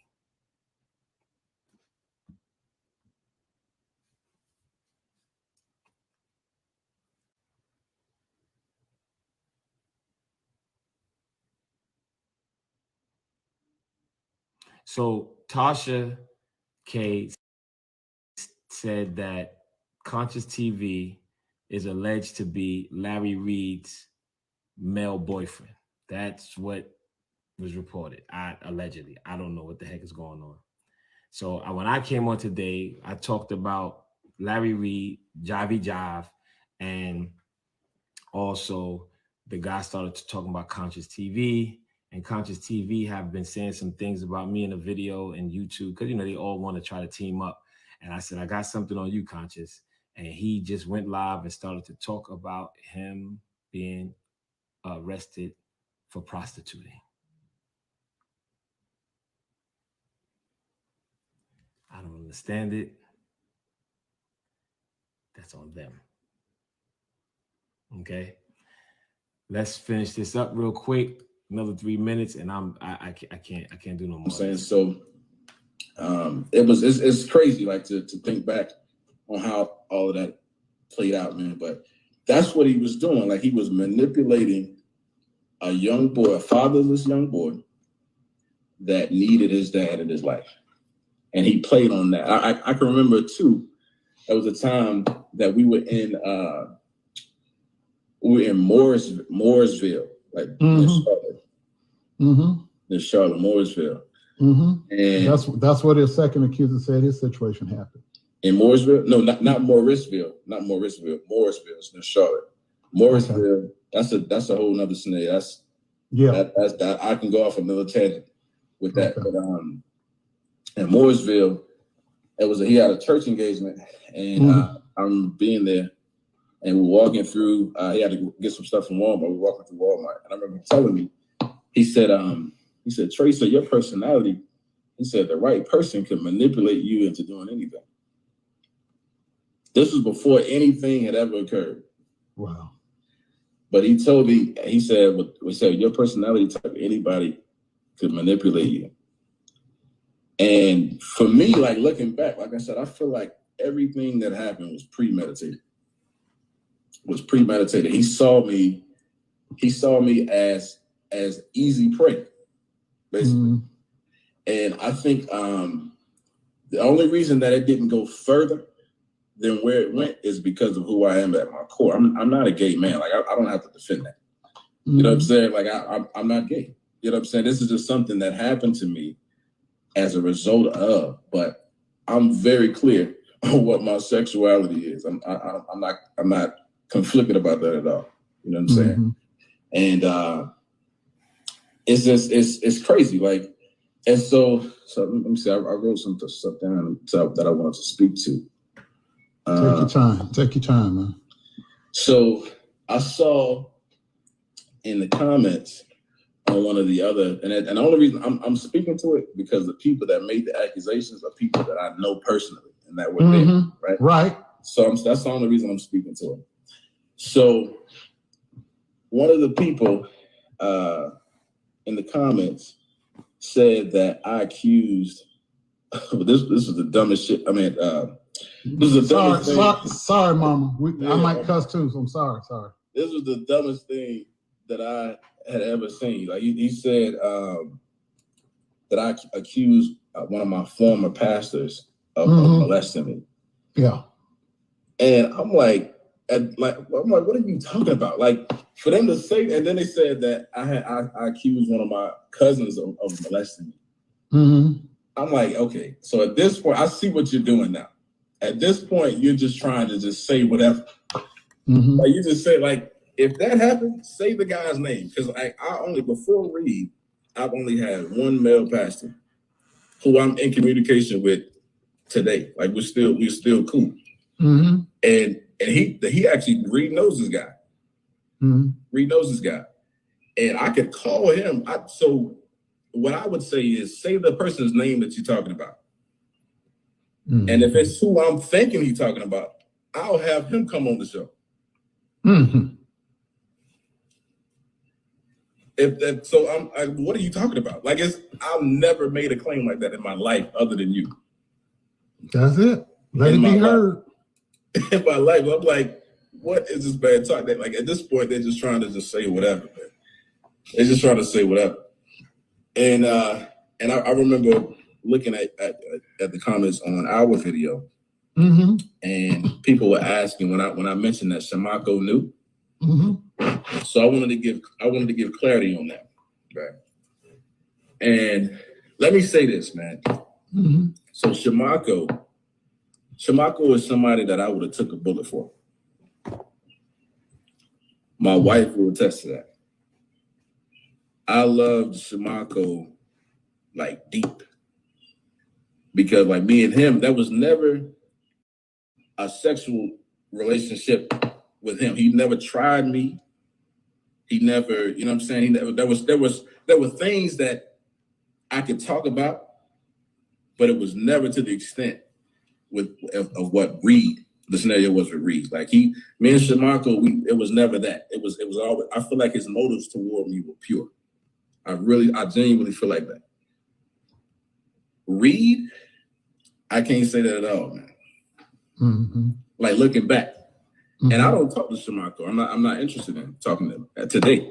We had a argument about Reid, actually. And you told him what Larry had done, right? Yeah. So that's what I was getting to. This is how he knew. So when they found out that me and my wife were talking, because she was a part of the church as well. They excommunicated us from the church simply because they found out that we were talking and they weren't in agreement with it. This was in February of 2010. They excommunicated us. And this sounds crazy, right? Like it's like you excommunicate people for talking, like it's crazy. But so they excommunicated us. Later on in the year, probably like September maybe of the same year, September, October, somewhere in there. Okay. My mom was still a part of the church at the time. Shamako and my mom, they came to where we were. Like we were in Greensboro, moved to Greensboro. Okay. They came to where we were to basically try to, because at the time, like when they excommunicated, let me make this clear to you. My mom was actually out of the country at the time. She was she's a preacher. All right, y'all. There's a lot more stuff because this young man gets a little deeper, alleged stuff. I can't take this no more, y'all. This stuff is wearing me out. I don't know how y'all bloggers do it, but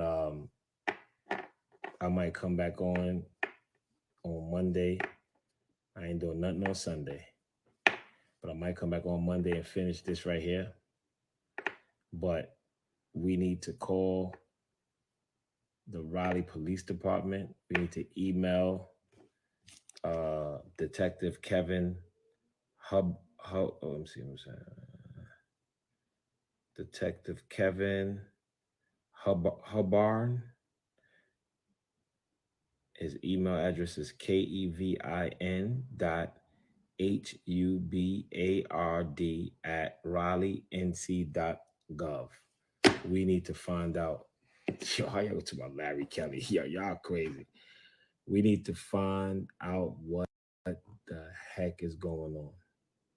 This man have destroyed churches, and we are hearing allegations, and we need to get to the bottom of it. These young men are older now, and if they're able to get some audio, they should be able to go talk to the police.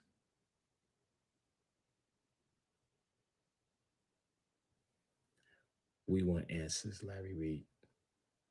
We're not accusing you of anything. We're not saying that you did anything. I'm not saying that you did anything. I'm not asking nobody to stop following you or to stop doing business with you. Keep doing you, brother. However, there are some children that claim some very heinous allegations. And we want answers. I'll be back on Monday. And I'm going to probably play the rest of this video, and then I'm going to chill. But we need answers. Okay? I got another hour and 45 minutes, and I have another video. So we need answers. We need answers. Y'all need to go on Larry Reid page. I asked y'all to at me the other day. Y'all ain't even at me. I think y'all scared of Larry Reid too. I think that's what it is. Because no, y'all ain't at me. I said at Larry Reid and at me and say we need answers. I think I got a couple of all these people that follow me. I only had a couple. All y'all up here is over now. It's almost 2,500. Y'all was up 3,000, but ain't none of y'all. About 2 or 3, I said, "Oh, y'all scared of Larry Reid too?" I said, "Man, y'all stone cold punks." That's why he been doing what he doing. So this is the mark that I stopped. All right, let me see.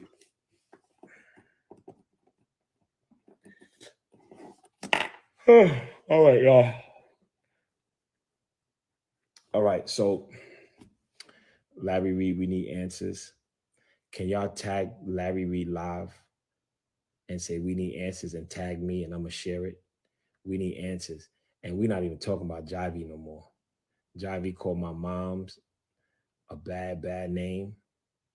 And we all know why, because his mother is looking for commissary.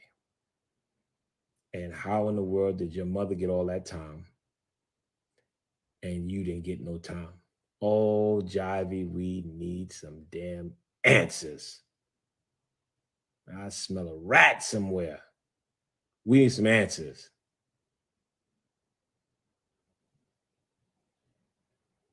We need some answers.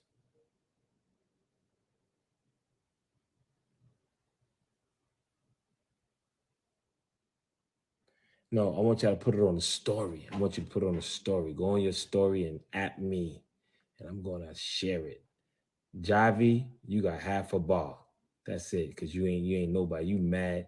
You going to probably use this now to try to get on your YouTube. Get out of here. You better go save your money and get your mother some commissary, you chump. All right, y'all. I'm talking about my mother. Crazy. You're not gonna make me flip out because I know you's a sucker. Ah, you little girl. Anyway, all right, y'all. I'm going. I'll talk to you guys. Um, tune in to church service in the morning. We'll be live online. I'll be posting something about the church also tonight. Um, so praying about some things. But I'll be posting some stuff. We need answers. Answers. We need answers. All right, so there you have it. Evolution 101. Welcome to the show. Hey, girlie, what's up? Oh, nothing much. Are you in the shower? Are you in the shower?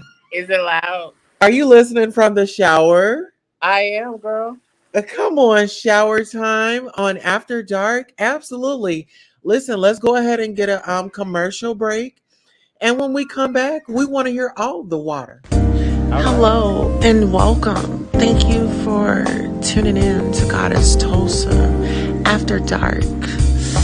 This is where you let your hair down, get you a beverage, prop your feet up or down. Now it's time to hit the like. Are you subscribed? Don't forget to hit that cash app because it's After Dark with the Goddess.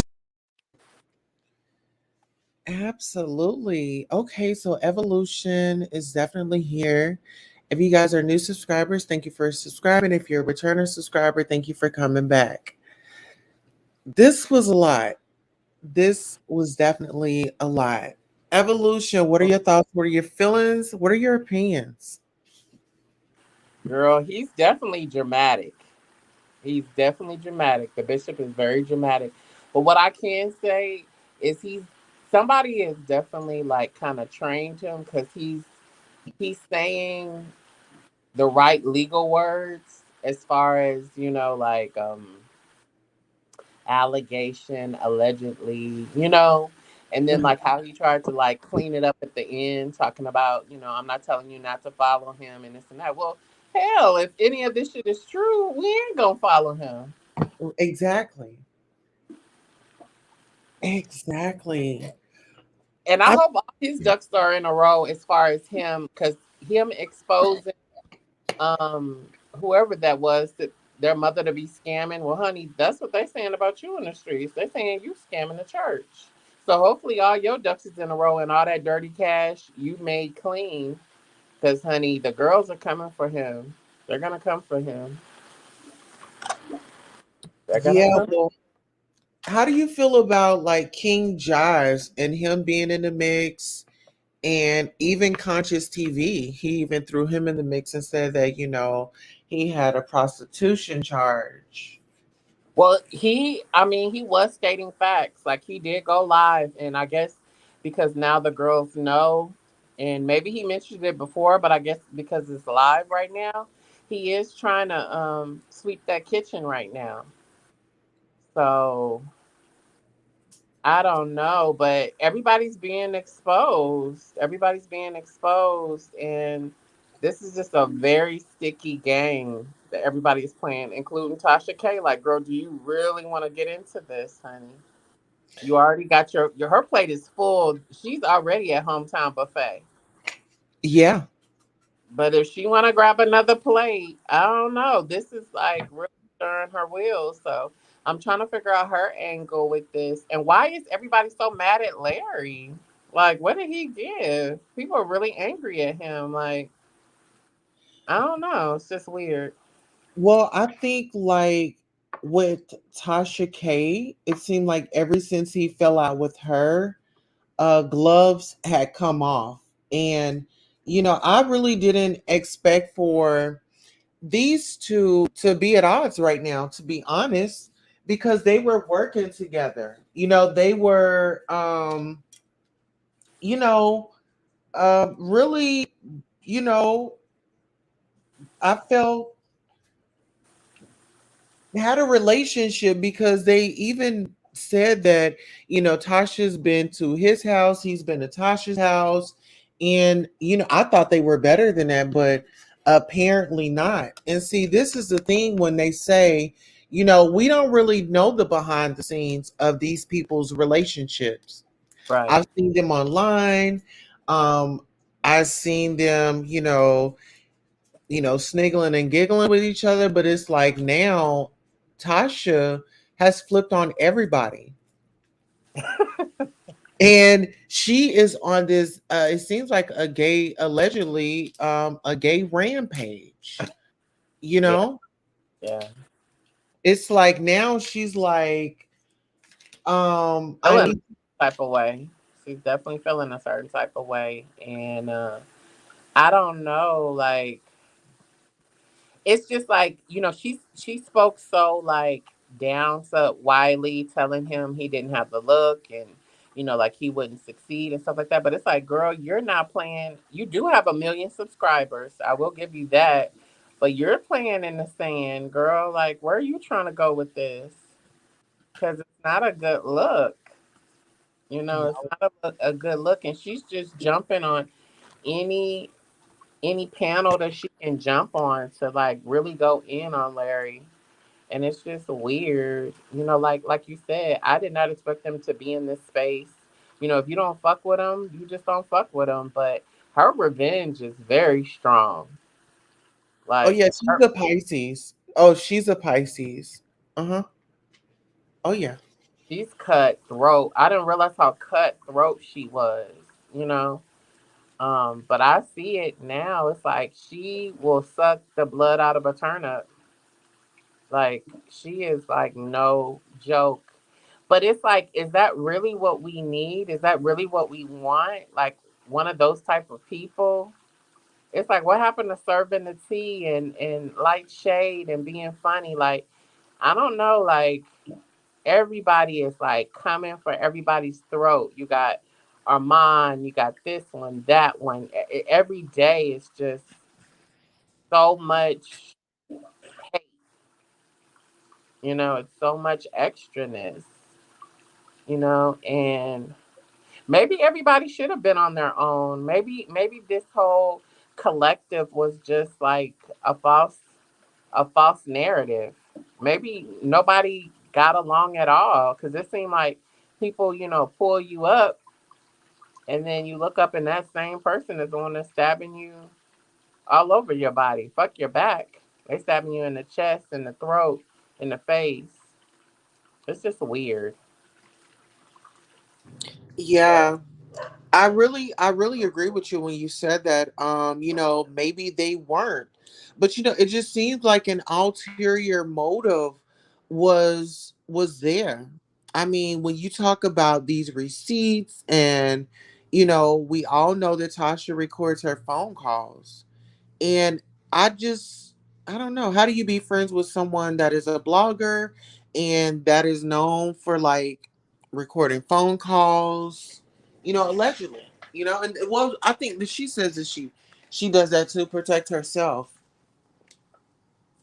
But I thought we were talking about these high profile celebrities. I didn't know that we were, reporting on the news and stabbing someone that we're reporting the news with. Like that's what I'm saying. Like egos are just getting huge to the point of it's like worry about yourself. And if you don't fuck with people, everybody knows their personality. You know if you're a people person or you're not a Or people. not. Yeah. So it's like if you're not a people person, focus on your channel and just stay over there. Because trust me, there's millions of bloggers, YouTubers, content creators that they don't come outside to play. They know who they are. And if that's who she is, she shouldn't have never invited anybody in her house. And she shouldn't have never took her ass over to anybody's house. Know who you are. She's a big age not to know who the fuck she is. If you're not that girl, don't be that girl. Because what people fail to realize with the channels and with fans and with people that invest in you, they're investing in you. They're they're looking at you and saying, okay, you're that person. They're fucking with you. There's enough for everybody. There's somebody that sews, there's somebody that dances, there's somebody that sings. There's enough for everybody. We all have a lot of stuff that we can pull from everybody. So it's like, if you're not that girl, you don't have to be that girl. You didn't have to pretend to be that girl. You could have been who you were,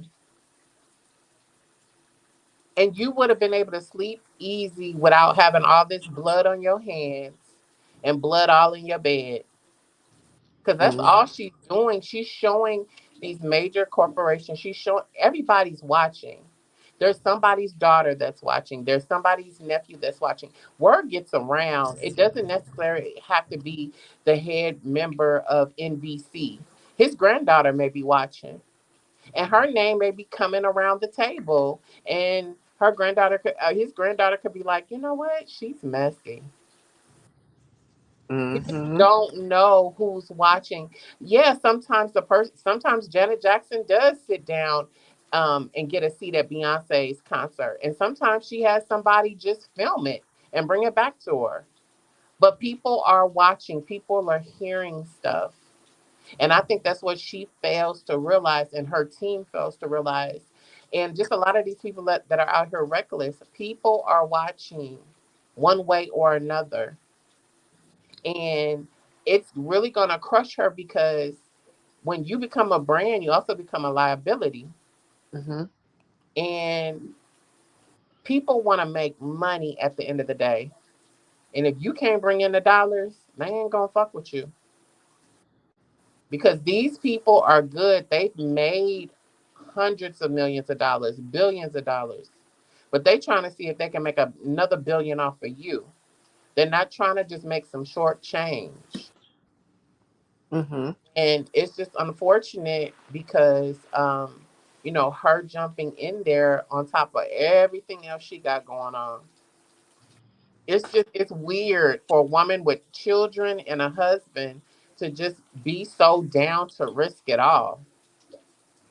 Like, you already got this girl that's asking for 4 million. Do you need somebody else on your back for money? Like, how broke do you want to be? You know? Well, you know what? I think it's more of like, being in the tabloids, that can get addicting, to be able to pick up and be like, oh my God, I'm trending. And, I know they say like all press, there's no such thing as bad press, but there's such thing as a reputation. She's gonna And look I, up, she's gonna be at Panda Express. She's gonna look up and she's gonna be at Panda Express making somebody a bowl of half rice, half noodle with some compound chicken. I'm telling you, when it storms, it storms. And ain't nobody too good to get knocked off of that mountain.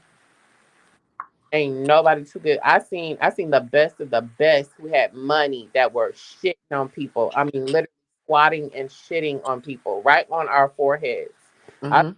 am living in their car, honey. Had the dog, had the house, had the this, had the that, throwing cash and everything. I'm telling you, when he comes for you, honey. You better say that. He comes for you, honey. And you talk about stripped, honey. Just call it naked. Cause you ain't gonna have not even a pot to piss in, honey. And Yeah. if she thinks that can't come to play for her, then she is crazy. Because to me, Larry is not worth it. This Mm-mm. bishop, he seemed like he got a lot more money, and he got a lot. It looked like he got it. Whatever he's trying to do, it looked like he has the baton, and I would let him have the baton, honey. But I would not be jumping in bed with this man, because this man already got a family, honey. He ain't gonna let your whole family jump in bed with him.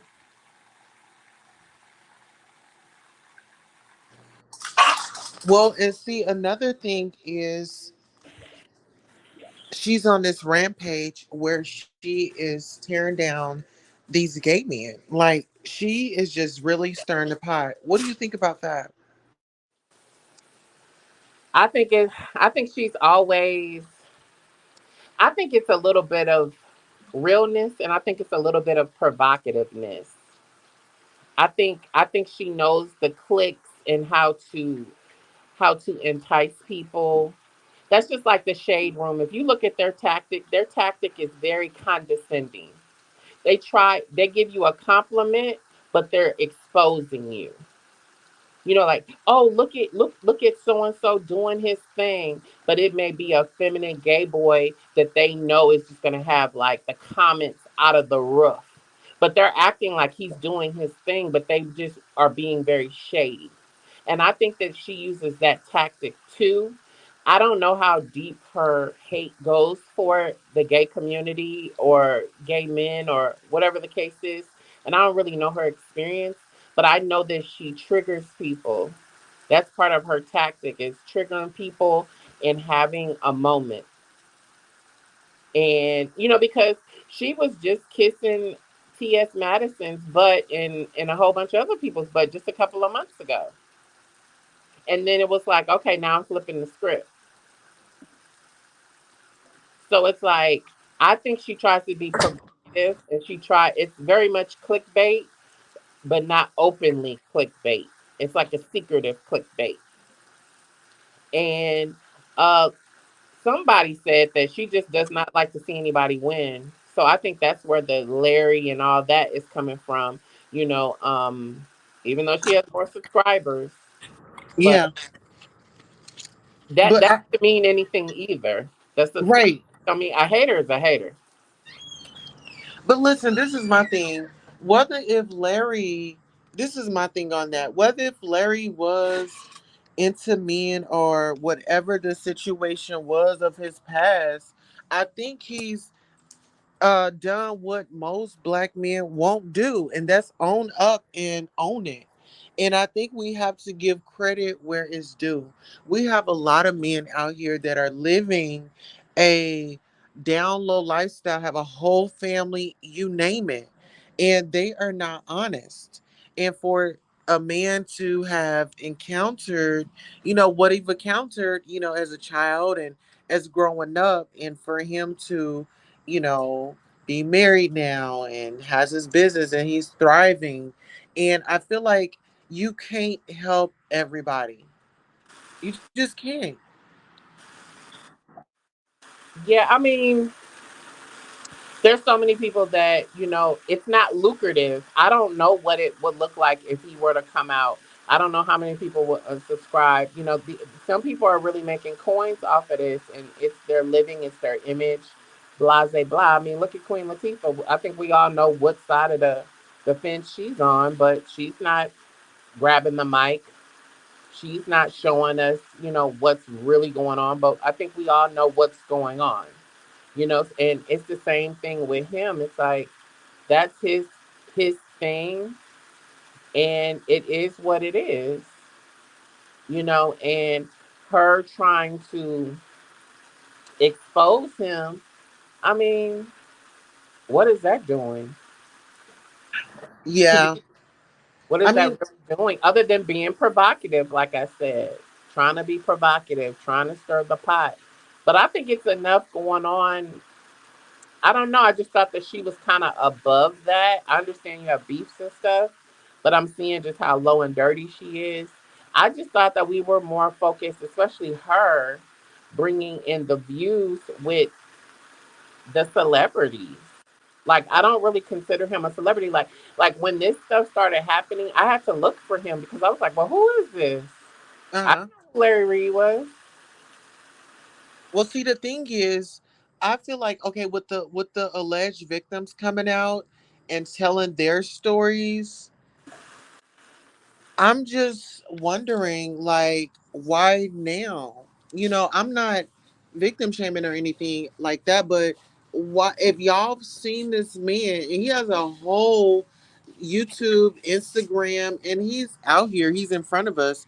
Like, why haven't we heard of this? Those are like, why didn't we hear about this? Yeah, because the Eddie Long boys, honey, they got their check. Yeah, They got you know, their cars, honey. They got their college paid for. Like they went in on him. Like those boys, and I know that that was very traumatizing. Like that is somebody taking advantage of your sexuality, taking advantage of your body. But when I tell you those boys cleaned up. All right. Like those boys don't want for nothing, honey. He was buying them a car every year. People went to Morehouse on his ass. People went to Howard on his ass. He was fitting the bill. He was fitting the bill. You scratch my back, I scratch your back. I've never heard, and I followed his story. I've never heard of him being not generous. You When want to those know boys the caught shade of up it there, they all? got their money. You want to know the shade of it all? What's the shade of it all, girl? At that point in my life, I was going to his church, but I didn't get involved into any of the activities. But it was just like I went there before, but I guess you really don't know until you get into the festivities. Yeah, until you get in that circle. Yeah, you don't know. That's like the Chris Stokes. I was out in California and being chosen, being groomed, and all of that nature. But honey, that was a very tight circle. A very tight. Yeah. They definitely had a type, a look for the girls, and But evolution, let me ask you this: so you, while you was in church, did you ever get approached on your pecker? Being too bunched up or being noticeable? it was for me. Church was a lot of brushing up behind me. It was a lot of guidance hands, meaning two hands on both of your shoulders. People acting like they um, praying with you. It was a lot of rubbing my back. Like that was the first time I ever felt a hand on my lower back. Um, a lot of deep looks. Like when somebody looks at you, but then they looking like deeper into you. But Uh-huh. what I practiced was like dumb. I played dumb. I played very naive. Like when I went in the bathroom and people like were giving me the energy to look over in the other stall or to look over, at the other urinal. I just played dumb, but I knew what was going on, honey. It was a lot of times, when you're in the men's bathroom, the urinals kind of face the mirror, but then you have men that are like walking towards the mirror, but their pants are not completely zipped up, like all that signaling that was going on. That was my experience. But it was enough tea even with like the people that were my age, let alone the adults. The adults were doing some wild stuff, but just the people like that were my age that were just wilding out, So that was like basically in a nutshell my experience, just like a lot of and you could tell that fatherly like hand going on your shoulder, and you could tell that very kind of predator vibe. It's just a different vibe. It's a different anchor. you know um a lot of people would a lot of the men of the church fixing my tie. I thought that was very seductive in a way because my tie was done correctly. So why does it need to be done again? Like what is this about? Yeah. Very close up in my face. I can almost smell your breath, you know, and it's like, what are we doing right here? But I think my vibe was very much like I'm not going there, and maybe my vibe was even like I will tell because it just kind of seized. But I definitely got tried, but I didn't like continuously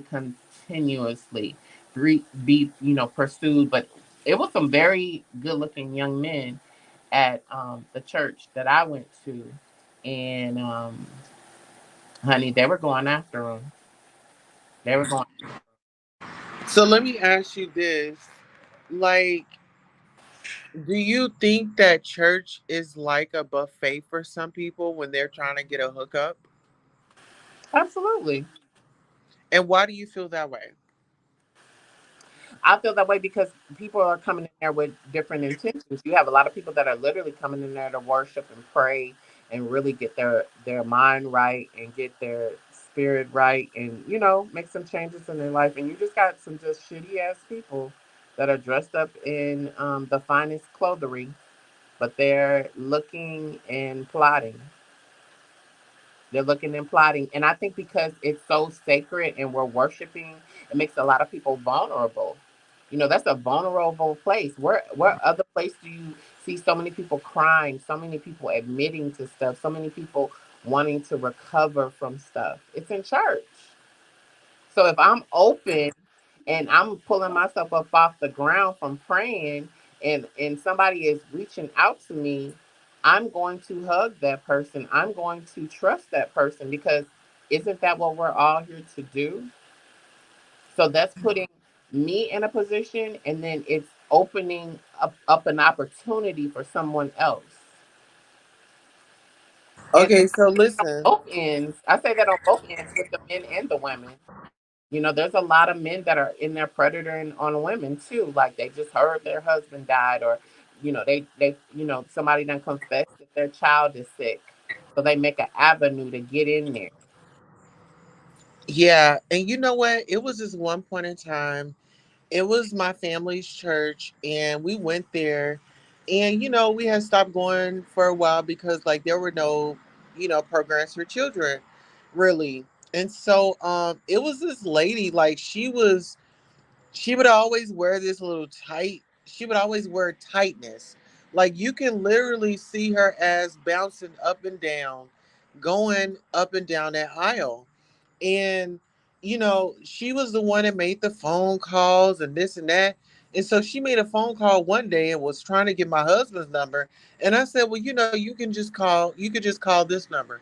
Well, what is his number? Ma'am, you're not getting his number. And Right, that was the last time that we that was the last time that we had a conversation.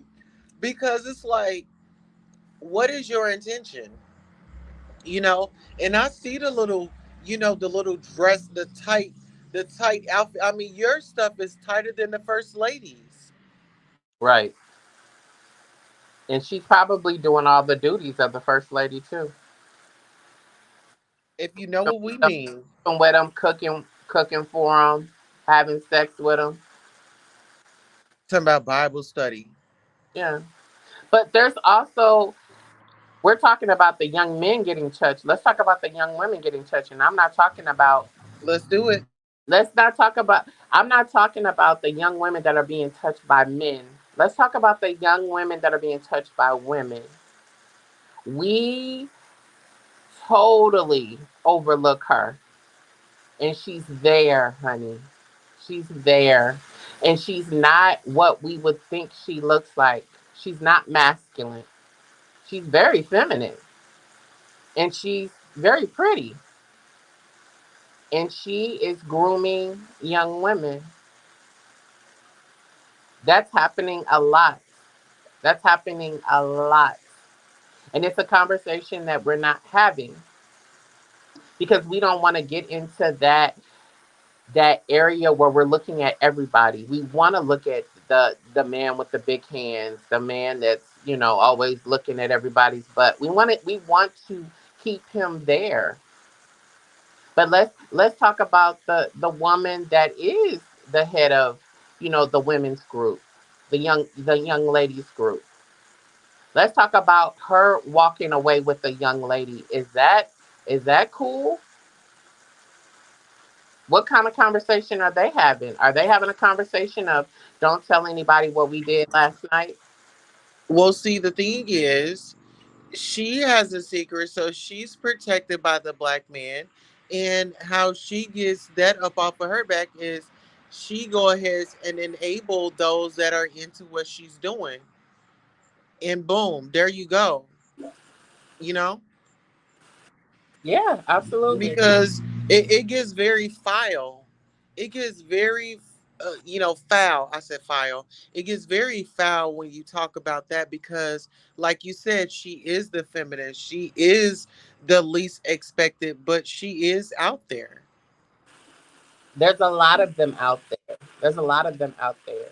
And we have to acknowledge her presence just like we acknowledge the man that we fold our arms up, and say, he had no business being around those children. But there's a lot of women that have no business being around children either. Let's talk about that tea. We're so quick to look at John or Kevin.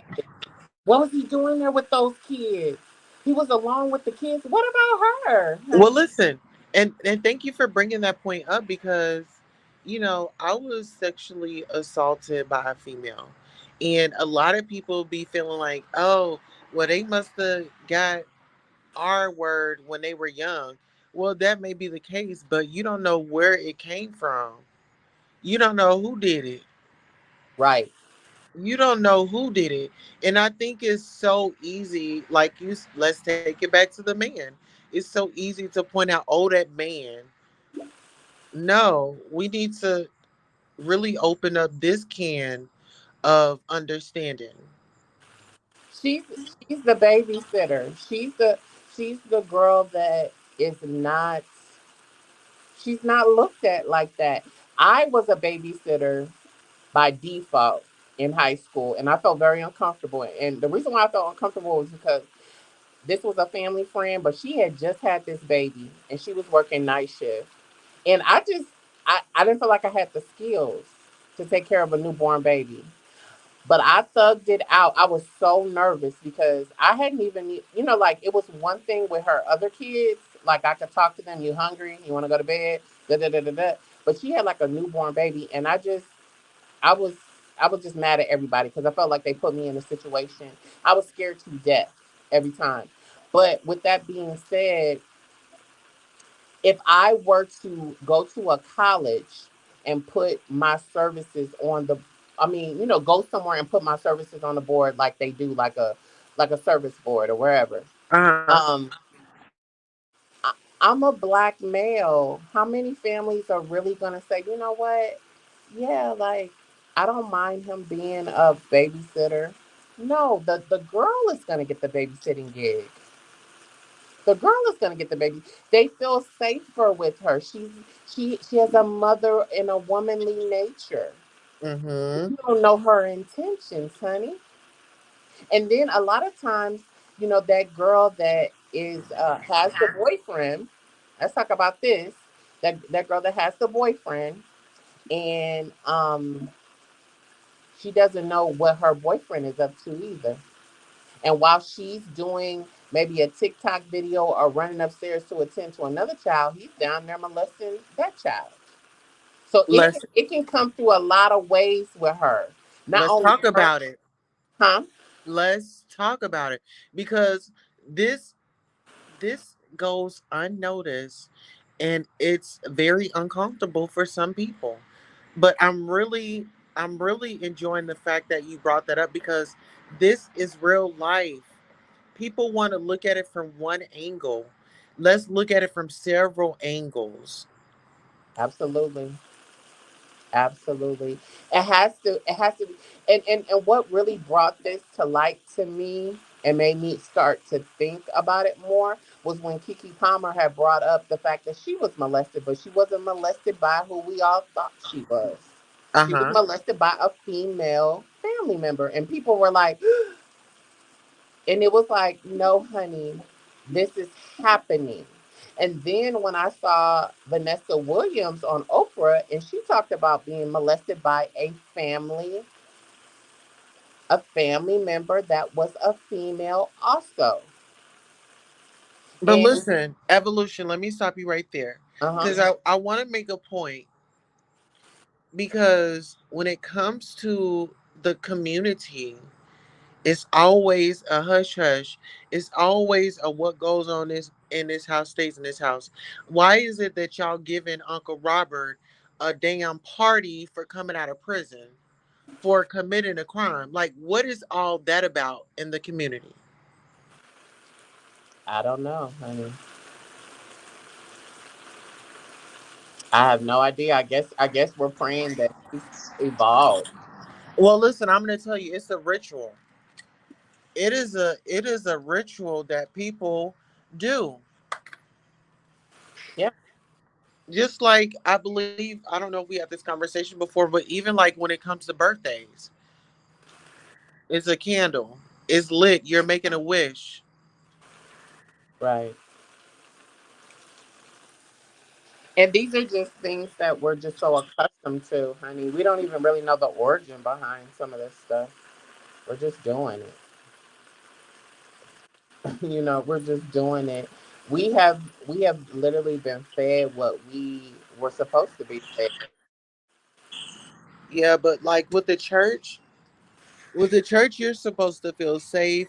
With the church, you're supposed to feel, You're you're, supposed to, honey. yeah. It's not like, oh, you get it this day and then you don't get it the next day.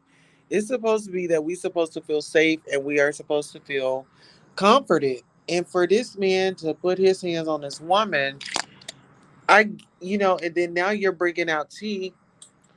I get it. I get it all. But really, what is your explanation for sticking your hand on that woman? That is traumatic to see, as someone who is a survivor of watching their dad beat their mom. Mhm. You just have those cases where you have those people that are picking and choosing what they consider violent, what they consider true, what they consider this, what they consider that. And he's definitely considered that to be justified in some type of way. He has justified that to where I guess he can close his eyes at night. And then maybe he's not closing his eyes at night. It might be killing him, it might be eating him up. And maybe that's why he is truly trying to flip the script on someone else's tea, because his tea is all out there. So it just may be one of those situations for him, but I don't know. It'll be very interesting to see how all this plays out. He's thrown out the email, which was very bold. I was like, whoa, like this man is flooded with emails, whether he Very. admit or not. Yeah, he really put that email out there. He said, oh, you want to play? And then when he got on the King Jives and said that, his mother was, locked up and they were scamming together. Yeah, Wow. I mean, this is my thing. If you know you have dirt on you, put your own dirt out. Put your right. dirt out before anybody else can put your dirt out. So when it comes back around, it's like, oh, I've already served that purpose. Oh, I put that out myself. It's like people love to dig, dig, dig. And, they have no remorse as they are making those phone calls, getting on your social media, doing their examinations, and really doing the most. But let me ask you this: what are your thoughts on the pastors going back and forth, just in general? Mm, I think it's messy, and I think it just shows you where they are in their lives as far as their faith. I just don't think a man of like true faith would even like be giving. I don't care, like the people say that uh, the bishop is like young. This is his generational thing. I don't give a damn. Like it's still messy. It's still messy. And Larry, honey, pick your chicken. It's either crunchy or baked. But honey, it's gonna have to go through those teeth. So honey, you're gonna have to chew it. You coming for somebody that's younger, honey, that's running a little bit faster than you. So you decided to jump in this race. And I say that from the bottom of my heart. You decided to jump in that race, honey. So you better run it. You better run it. I hope that you weren't on the internet tonight. I hope that you were having some serious phone calls with some people that can get this whole situation together in your favor. Because, honey, I really think you messed with the wrong one. He's definitely got time. He's definitely got time, and he's got some recordings. You know, the facts were the facts. I don't know who these boys are, but honey, they were willing to spill the tea. And they said that the case is not closed, which is a red flag, honey. Because are we gonna see you in a jumpsuit? Like, what is it really giving? Are we opening this thing back up? Because there's so much attention on it. So I think it's messy, and I think they're both at fault for not staying true to what they really needed to be staying true to, which is uplifting people and encouraging people and getting people on the right track. We got a lot of mental illness out here. We got a lot of people that just need some strong counseling from some men of faith. And I feel like they just totally dropped the ball on that, engaging in this very sensationalized back and forth. I got tea on you, you got tea on me situation. So I think that they're both losing, especially spiritually, with this whole situation. They're not gaining anything, honey. Even if they gaining a subscriber, it's still not doing what they quote unquote were put on earth to do. So it's a hot ass mess. So, how do you feel about the bishop and, he broadcasting HIV and pretty much making it seem like, it's an automatic unalivement sentence. Like even for somebody that could be following him with that virus, what are your thoughts with him pretty much um, degrading, making fun of, or mocking someone of that disease? Um, I think it's wrong because then you're isolating people, and like in the African American community, HIV, gayness, and transness are triggers for people. Like they're triggers. It's just like, oh, you're doing this down low. Like we have so many, stories. What is it called? Urban legends. Of how people are getting it, or how people are deceiving people. Trans people are deceiving men. That it's so much deception around like that whole situation. So I just feel like I just said, like, you're doing a disservice. You're doing more dividing than unifying. And it's a shame because there's a lot of people that follow him, and there's a lot of people that are taking what he says and making sense of it, making it logic. And to me, it's just creating a lot more stigmas we have in the community, and just a lot more hate. Yeah, I think it's very distasteful. And, if anybody is, suffering from it and they're watching this live, I want to personally apologize on his behalf, as I've had friends suffer from that and are not here. So I understand, just, you're trying to live. Um, And the baby did that too. The rapper, the baby, yeah, he the did that baby. too, making people feel a certain type of way, and then all of a sudden he wants to retract that. Let me tell you something, especially 80s babies. I'm from Los Angeles, everybody. Now living in Tulsa. That's just a little background about me that maybe people don't know about me. But in Los Angeles, we got hit very hard in the early 80s with drugs and needles and all that. It's not about somebody always being careless. There are so many young people that were literally born into this disease. And that's another thing that we don't talk about.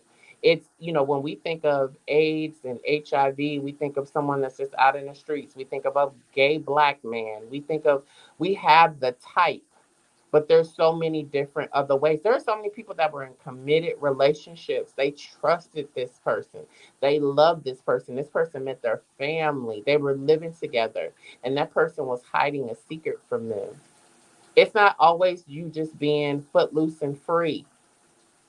And a lot of kids that were born from 82 to 86, a lot of those kids sometimes were getting blood transfusions. We weren't really screening the blood like we do now.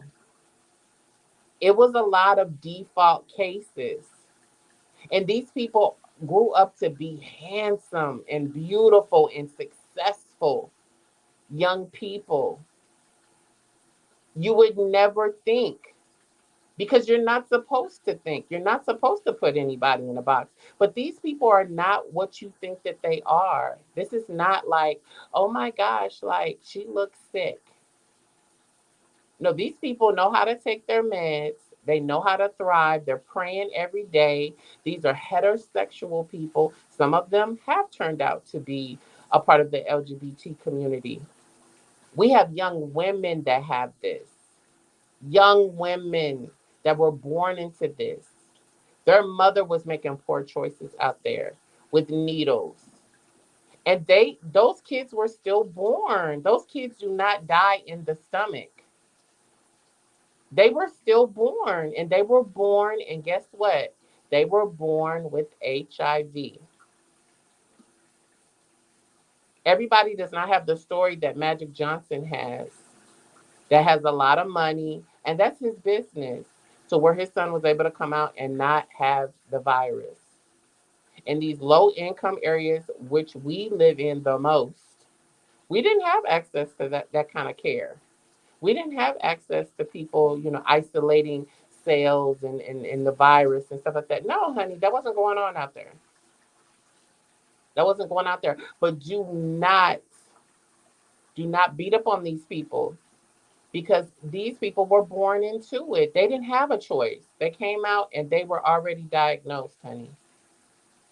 They didn't have a choice. And the people that had a choice, you don't know what story they have to tell you. Everybody was not a prostitute. Everybody was not, but we look for that. We look for that loophole. We're like, okay, let me hear about her tricking. That's how she got it.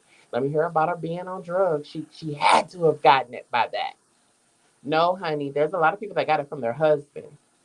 And I'm talking about men and women, people that were in committed relationships. I met so many people that were in committed relationships. When they did open up and tell me their story, I'm like, wow.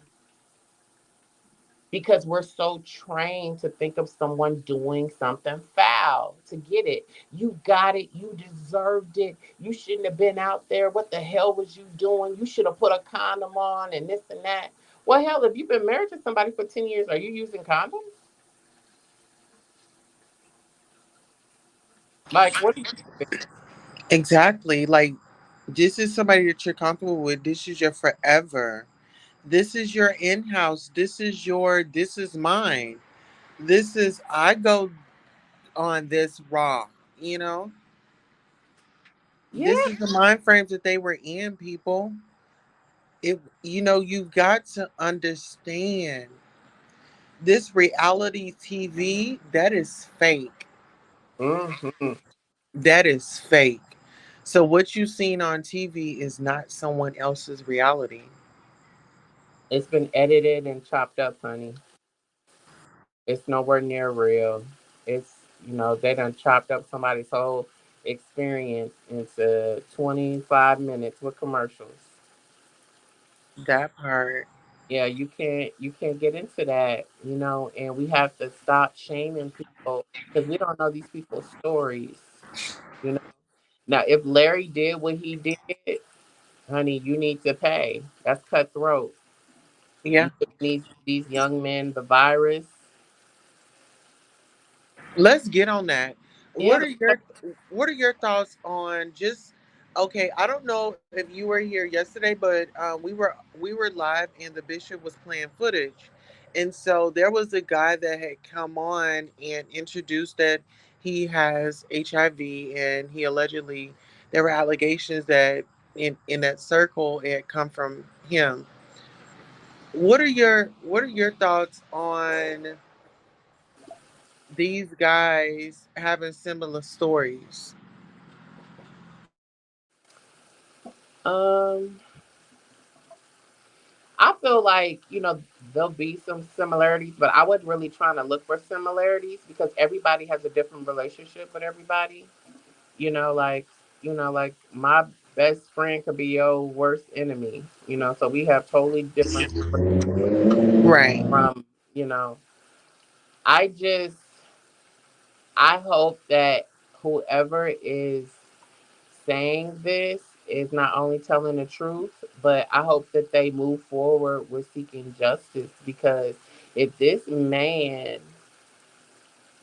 um, okay, let me tell this story. Okay, when I was in Los Angeles, I had a friend that I had met through this girl in the fashion industry because I was styling at the time, and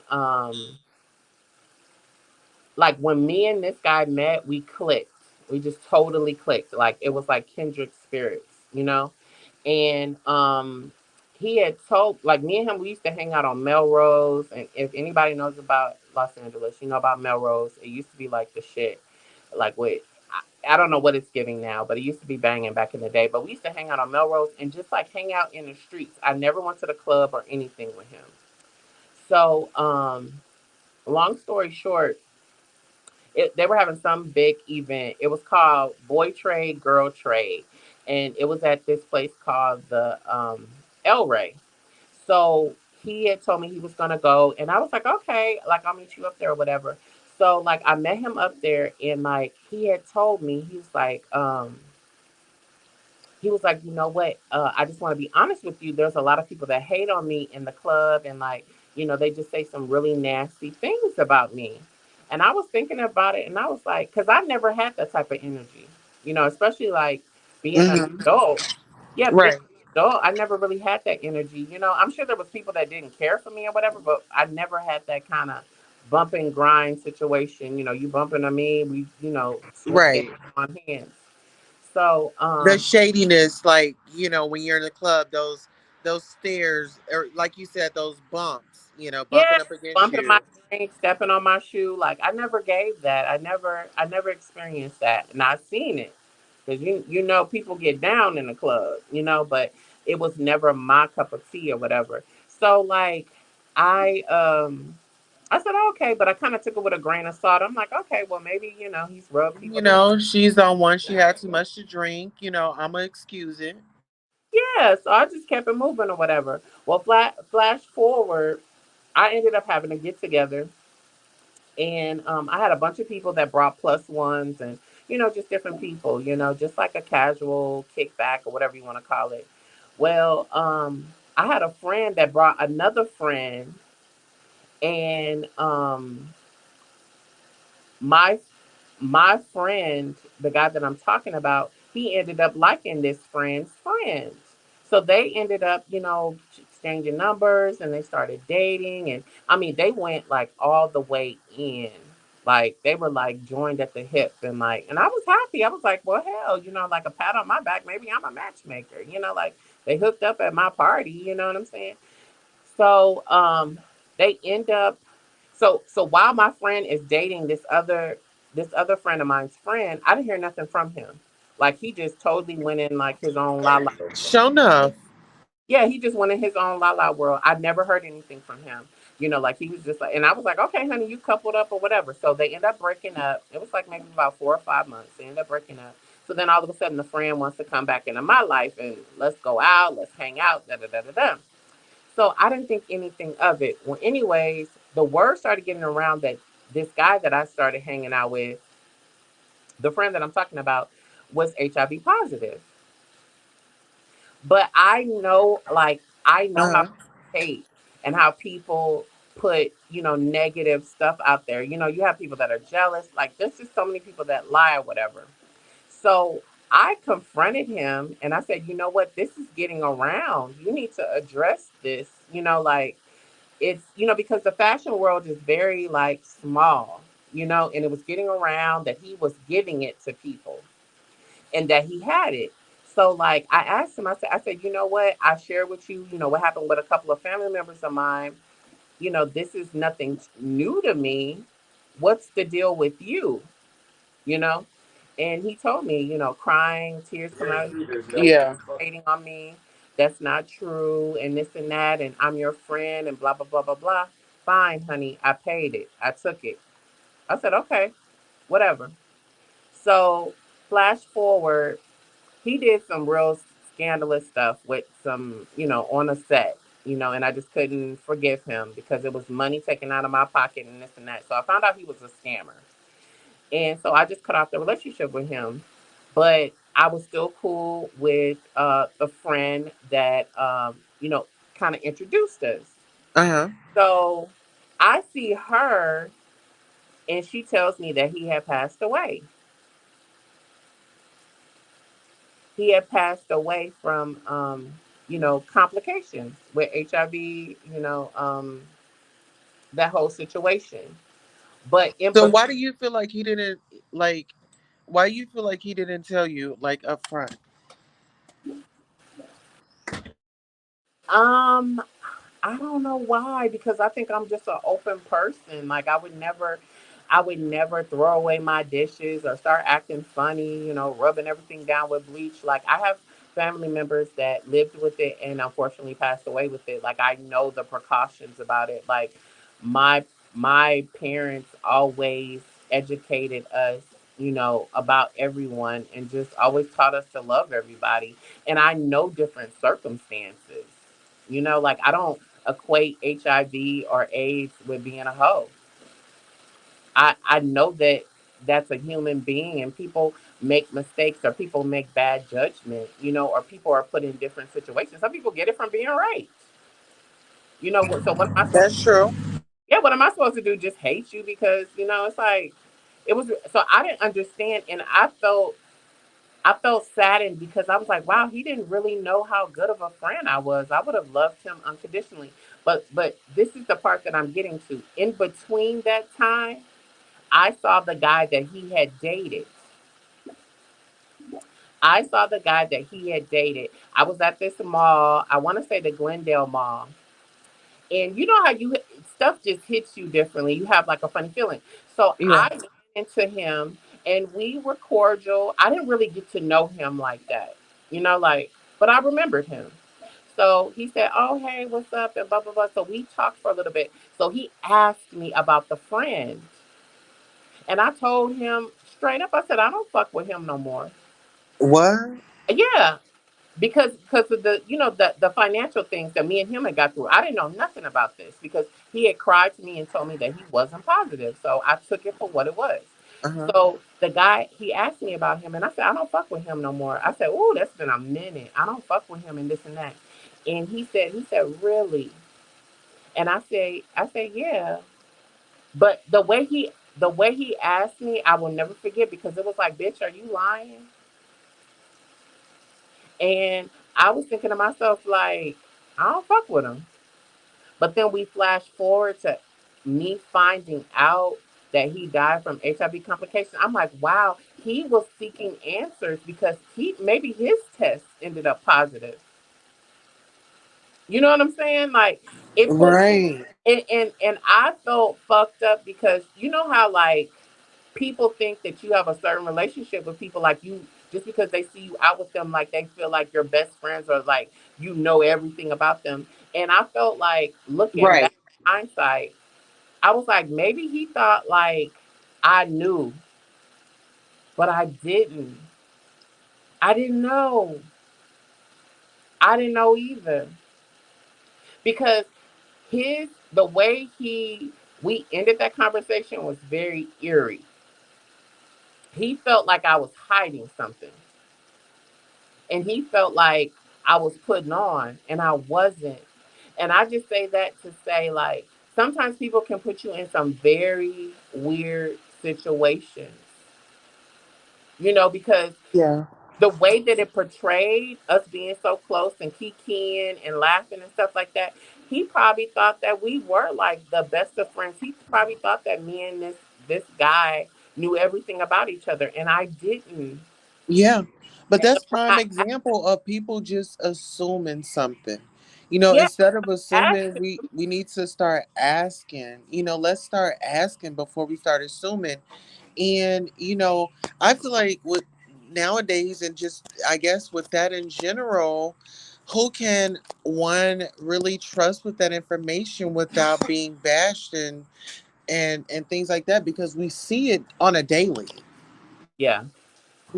Whether if somebody has that or not, people get gone in on about their looks, what they ate, what they wore, their body frame, their body shape. I I personally, and I think this should go for anyone. I don't think anybody should try to put anything on their plate that doesn't need to be on their plate. Do your prevention, do your annually testing. When I was in Los Angeles, it was a place called Out of the Closet. They do free HIV testing. Every time I dated someone new, I was I felt like that was a conversation that we could have. And I can't tell you how many men stood me up from meeting to get an HIV test. Like I would be a millionaire. So many men never Wow. had yes, honey. So many men never had the courage to even show up. And I'm talking about men that I had met and we're talking and this and that. But I've just always been that person because at a very young age, I was exposed to the virus through family members. I saw the devastation. I saw my mom crying. I could never get that out of my head. I saw my mom cry. Like the the circumstances were so like heavy back then. Of course we didn't have the medicine and all the education. But it was like I've seen my family members go through it, you know, and my last uncle that passed away from it, baby, I'm telling you, everything that you ever seen in a movie, he gave it. The leashes, the thin body. I mean, it went from like night and day. Like I hadn't seen him for like a couple of weeks, and when I went in that room, honey, it was like I was seeing somebody I'd never seen before. You got this tall man that's always been muscular, that's now like maybe 120 pounds wet. Wow. You I'm know how I was. It hit hard. So I was doing everything in my power to protect myself. And when the conversation came up, I'm like, okay, you keep telling me I'm sexy. You keep telling me how you want to get in bed with me. I want to get in bed too. I'm a grown ass man. I'm a sexual person. Let's go get tested. Honey, eyes going everywhere, looking down. And I get it. It is a nervous test to take, but it's a real test to take. Let's take it, honey. These people are doing it for free, Uh and huh. and, and they would see me all the time, honey. They were doing it for free. I'm gonna be Know up. your status. Yeah. I'm gonna be up in there. I was up in there. I knew everybody up in there. I'm surprised I didn't get a job up in there, honey. That I'm is true. surprised, honey. You know what? It was introduced. That conversation of HIV and AIDS was introduced to me in elementary school, and we were in fourth grade. And it was one of my classmates. His mom had the virus, and she had come and she had talked to us about it. And I believe it was she had got it from her partner, a guy, that she was dealing with, and she ended up being wheelchair bound. And I don't know where she is today, but I just thank God for that experience.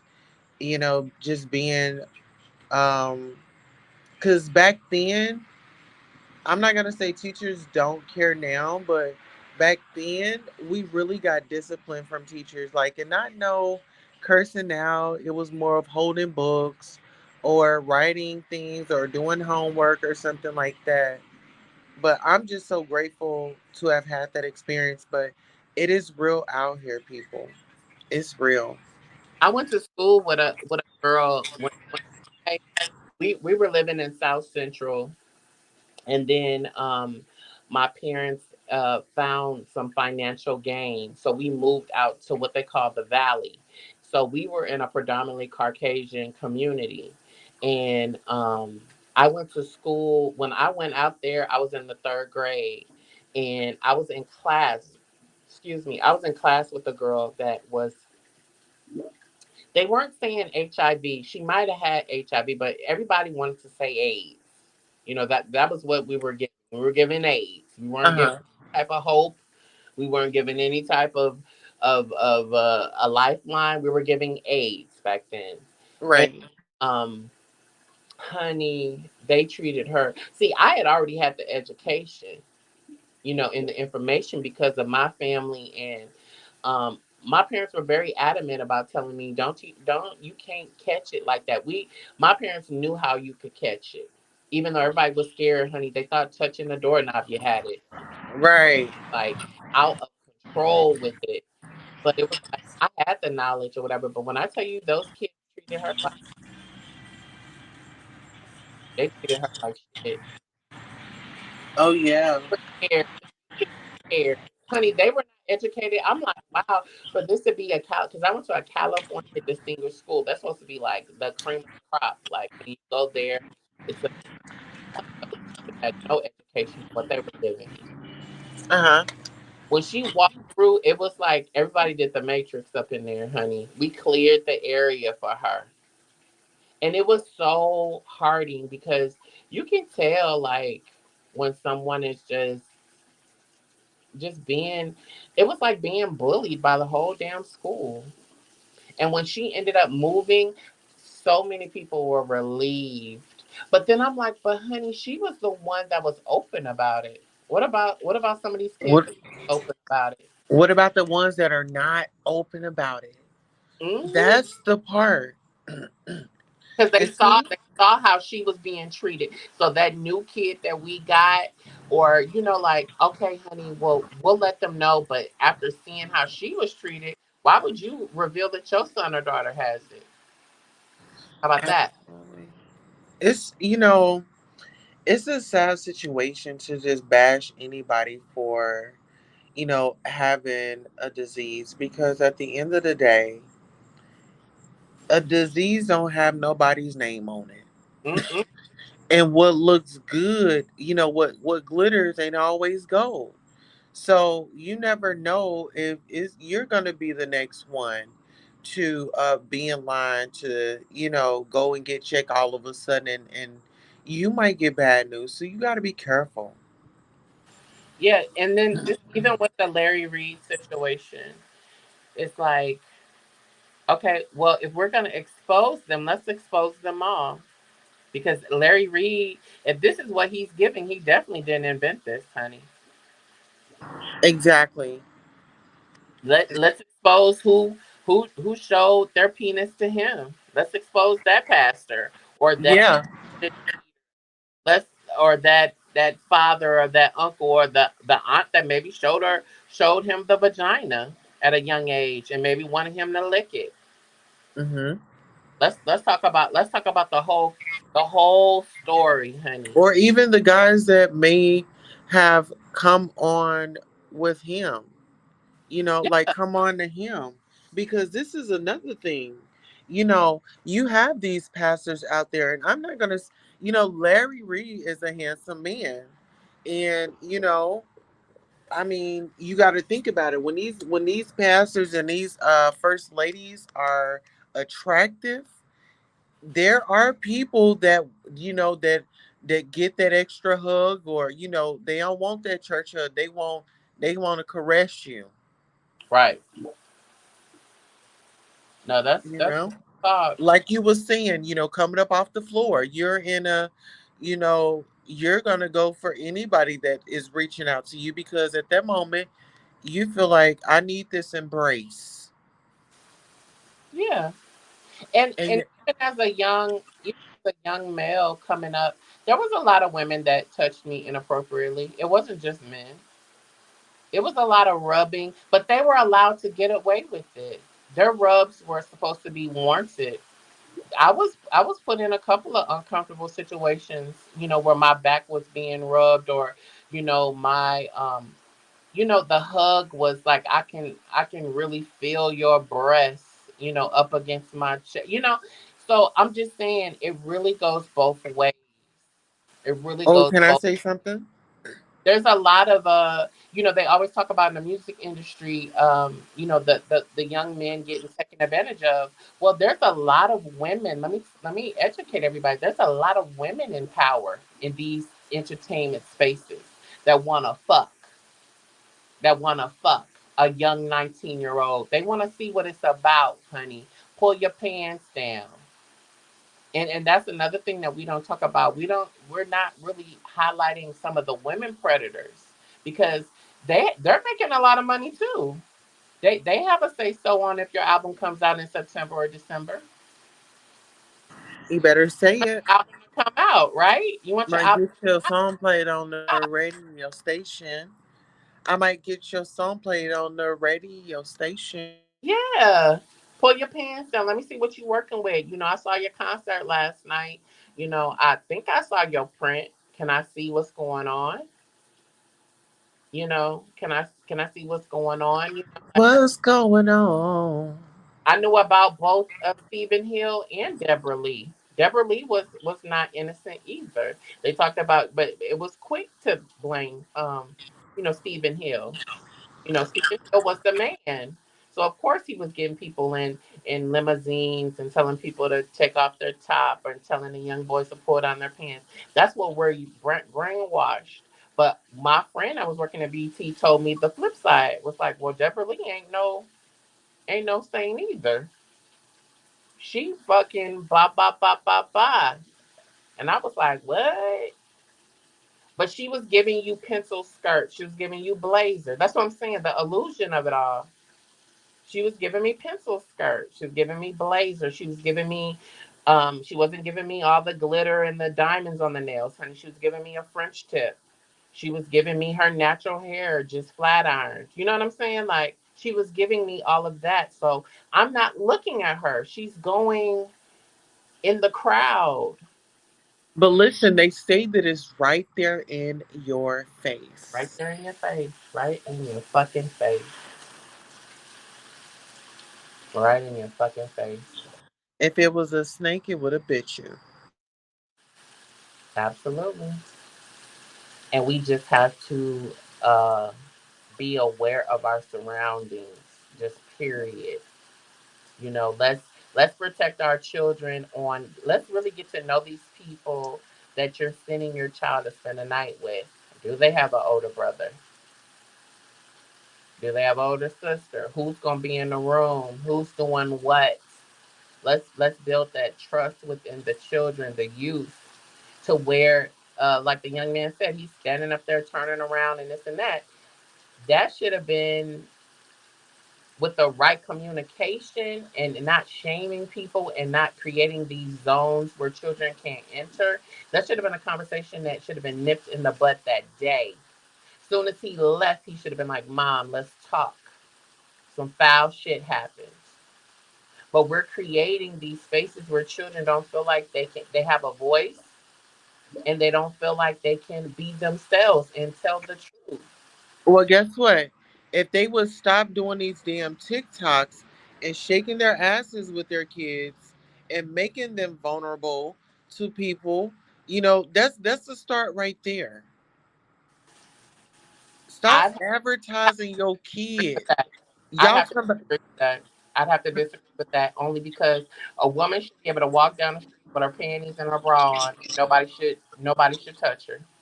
No, this is what I'm saying. Like when these parents, these women are on here shaking their asses, twerking with their kid. Like, no, that's a no. I'm not gonna be sitting up here twerking with my kids on my TikTok. I'm not doing that. I'm not even twerking around them. I think knowing what's right and what's wrong is the bottom line. Our Working, children are lit, our role. We're our children role models. So whatever we're doing in front of our children are seeing it. So if we don't want our children doing certain things, then us as parents, we need to be mindful of what we're doing in front of them. You know. absolutely, but that's in a perfect world. Like you have people that feel that's what I'm saying. You have to know what is. going on, because you have people that's just like in a marriage. You have people that say, "Oh, okay, like I don't mind you kissing somebody else. Like I don't consider that cheating." Everybody has different boundaries, and Right. I wish. I mean, like I'm with you. Should a child and a parent be twerking? Hell no. But is that a reality? It is a Yeah. reality, because there's a lot of people that don't see nothing wrong with it. Hey, I'm with my child. There's a lot of people that I remember growing up. Um, there were some people that I went to high school with that smoked with their parents. And even though I knew my parents smoked weed, there was no way in hell I was gonna be able to pass the blunt with my parents. I still can't even do that now as a grown person. That's just not going down. But there were a lot of parents at the time justifying that I'm with my child, they're safe, and this is a safe place. And then you have a lot of people saying, "Oh no, honey, you should not be smoking with your child. What are you giving?" So that's just the world that we live in. You say tomato, I say tomato. That's But right. people touching children, sexualizing children, like once you're putting that into Unacceptable. Yeah. an act, honey, you need to check yourself before you wreck yourself, because you out here living foul. But And you know I what? would love to see the old school, rules. But honey, mm-mm. And now everybody want to click, and they And want a to click view. their life. Yeah. And if my little girl is 3 years old but can dance like a grown woman, and I feel like we can get 1 million views up on this channel, then I'm gonna make sure that I put that music up as loud as we can put it, honey. And I'm gonna give her the signal to go ahead and drop it low. Anything Because he want with you, ain't nothing you can do The about money game. This ain't the black man's game. This ain't the white man's game. This is the money game. it. Scratching and scrambling most of my days to get where I got. Not sacrifice yourself. The best thing you can do for poor people is not be one of them. Now I eats in the big house kitchen. I got pine boards on the floor of my If I cabin. crumble, my children crumble, my grandchildren crumble. And it don't take much coughing for the master to make me have a cup of corn whiskey for my medicine. I cannot, for the sake of my integrity, stand up here and let everybody that's counting on me crumble so I can make a statement. Now that is fine living for a nigga, and I'll be damned if any African Guinea man is gonna make me lose all I've been working for. Now you take my There are ways to win the war in a different way. better learn. You best learn, or you gonna get the bloody back for sure. children. And then now it's turned with the TikTok era of everything being like yellow clouds and sunny roses. Now we're doing all these talents.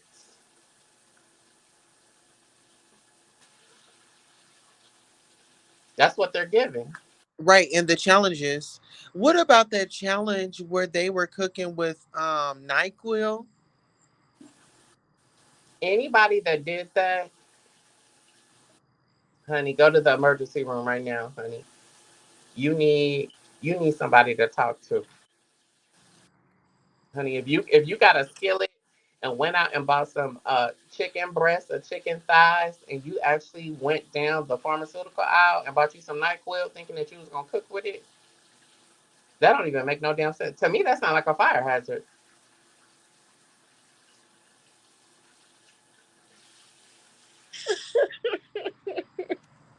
Girl, I can't even, you know what?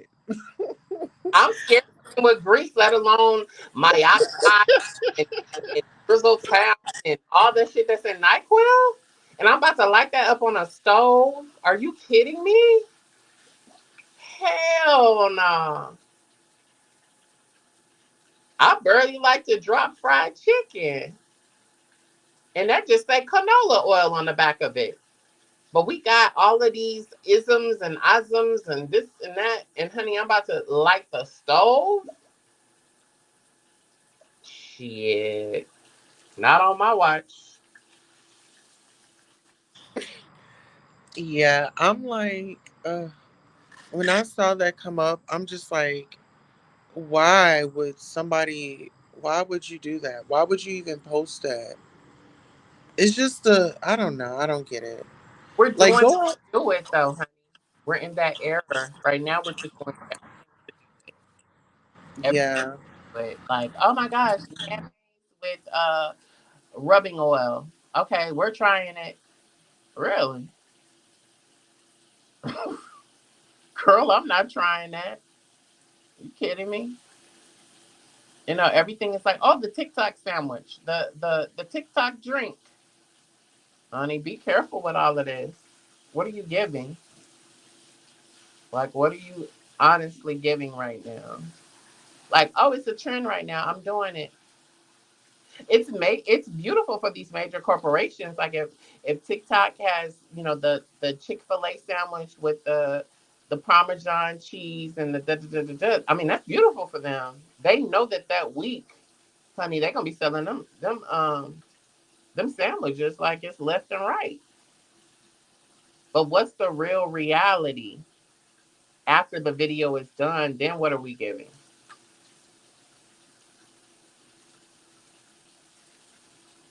That's the real question. No, that's the question. You know? Hmm. Like that's why I was saying, like with the bishop, like have your ducks in a row. What's the goal? And I did notice he was getting mad at people asking him, like, well, what is this giving? Like, okay, we need answers, but what is it? What is it truly giving? Like, do we want to? This is like with the R. Kelly case. What are we giving? Do we want the justice, or do we want the money? Right. Which one are we? Which one are we trying to give? You know, we got all these women out here telling the same story. What are we giving? And I feel like it's taking a very long time for that. It's like, honey, what's going on? But see, it just shows you like the power of media and the power of, you know, everybody having clicks and views. That's what we're giving. Give him 50 years and let's pass on, honey. Let's move on. Like, what are we giving? Like, okay, let everybody have a trial. Okay, they say it's a trial in Illinois. There's one in LA. Okay, let's all do that on Thursday and let's figure this shit out. What's the whole dragging about? Is he in or is he out, honey? What is it? They already said he's in the negative. He ain't even got no money. So we're doing this based off of years. He's already in his 50s. So if we give him 50 years, that's 100 and some years old. We've seen miracles. Maybe he might live to 104. Let's give him what we need to give him and let's keep it moving, honey. Let's keep it moving. Let's Keep it moving. They done tried bigger stuff and got them in and out, honey. Let's get him in and out so he can just go ahead and do what he needs to do, honey. If he's gonna be in there for life, let him be in there for life. that part. Because I don't need to hear about it no more. What are we giving? Okay, girl. Okay, you want to tell your story. You want to tell yours, and you should be able to tell your story. But what are we getting out of this? What are Hmm. we getting out of this? You know, you just have to really ask yourself sometimes, like, what are we going for right now? You know, like Tasha K. Do you want to be up there? Do you want to testify? Like, what's your role in this, honey? Do you want to break out your little white suit?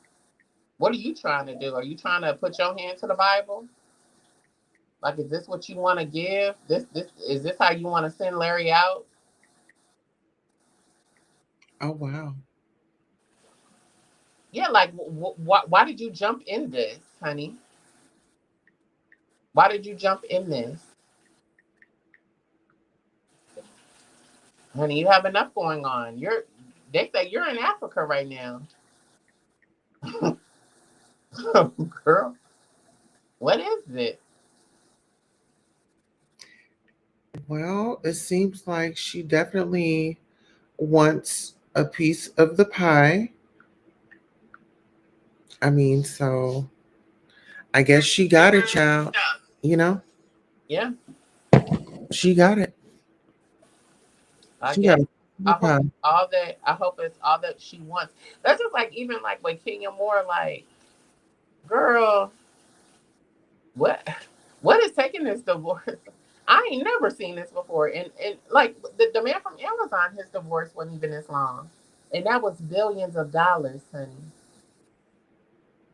That little raggedy hair care that you got, girl, split it up. Split the check. Split the check. I ain't never seen nothing like that before. Over that, like y'all literally lived together for like 6 months, honey. You haven't even been married to this man. She probably could count on one hand how many breakfasts she done made for that man. Mm. It's giving fake. It gave fake from the beginning. And she should have just went to a sperm bank. What was wrong with it? We have to normalize being ourselves. If you're not that girl that can be in a relationship, if you don't know what, because there hasn't been really any relationships with her. Right. And nobody fucks with her except for the people on the show. Like Instagram and all these outlets, they show you who fuck with who. Ain't nobody cuddling up to her. Ain't nobody giving her no birthday wishes, but motherfuckers that used to be on the show, honey. And she done cut a lot of bridges with them motherfuckers. She doesn't have any relationships with, and I felt like when they had that little birthday dinner, it read her that Marlo has a good girlfriend. You don't, Mhm. honey. No, ma'am. No, ma'am. Marlo fucks with people, and people fuck with her. But don't nobody fuck with you. I mean, because all she can say is candy. And that's transactional. That's transactional too.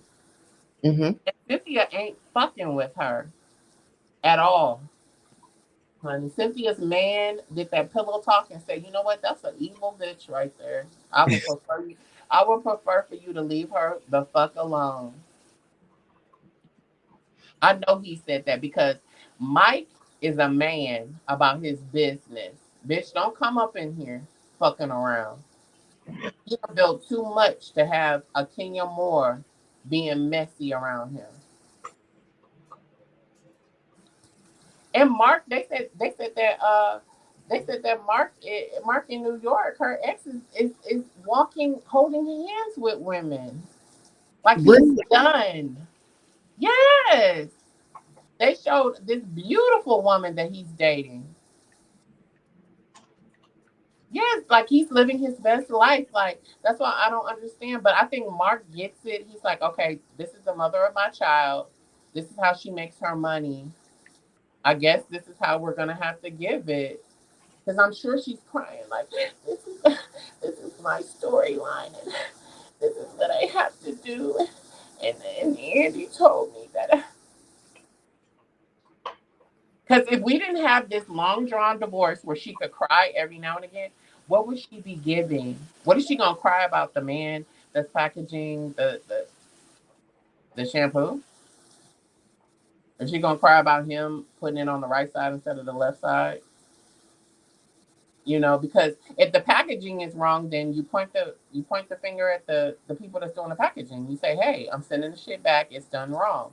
So we have like what 2 minutes of an episode that you conquered, but we don't have nothing else. But with Mark, we could get up from the table, we can walk, we can cry, we can come back to the table with tears coming down our eyes, and everybody say, "Oh my gosh, Kenya, what's wrong, girl? You got up and now you're crying.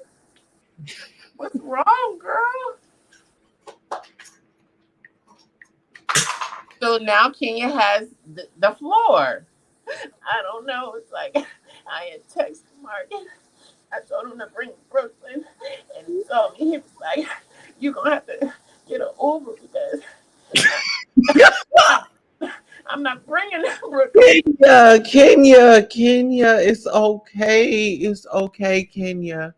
It's okay. Just calm down. Just breathe. We know that this is hard for you. Now tell us how hard. But catch this, T. Catch this, T. Kenya's 51 years old, and I have to make certain people accountable because you are supposed to be progressing, honey. She ain't even Drew's age. She ain't even Drew's age. Drew got 3 years before she turned 40. Kenya, what are you giving? What are you giving?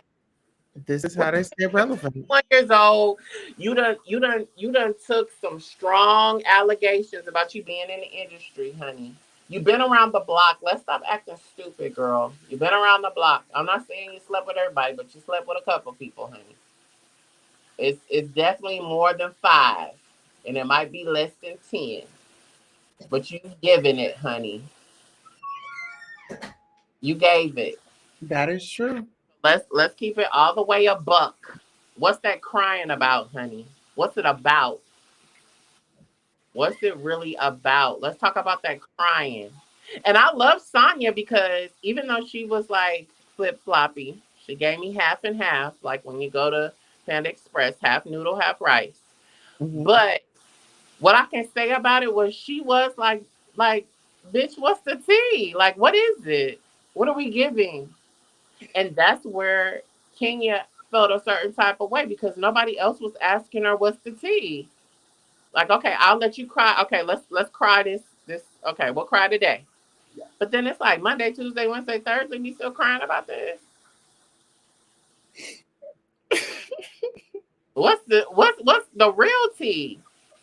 What's the real tea? Because you were very bold and strong going up against, and then now we got to be sensitive about your marriage when Portia's marriage. She was married to a beard. Rose.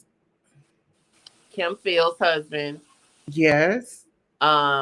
Phaedra. Portia's husband. Yeah, with the inappropriate text. And honey, the list goes on. Always inserting because I went back and I watched some old episodes. I didn't realize how much she was inserting herself in people's marriages.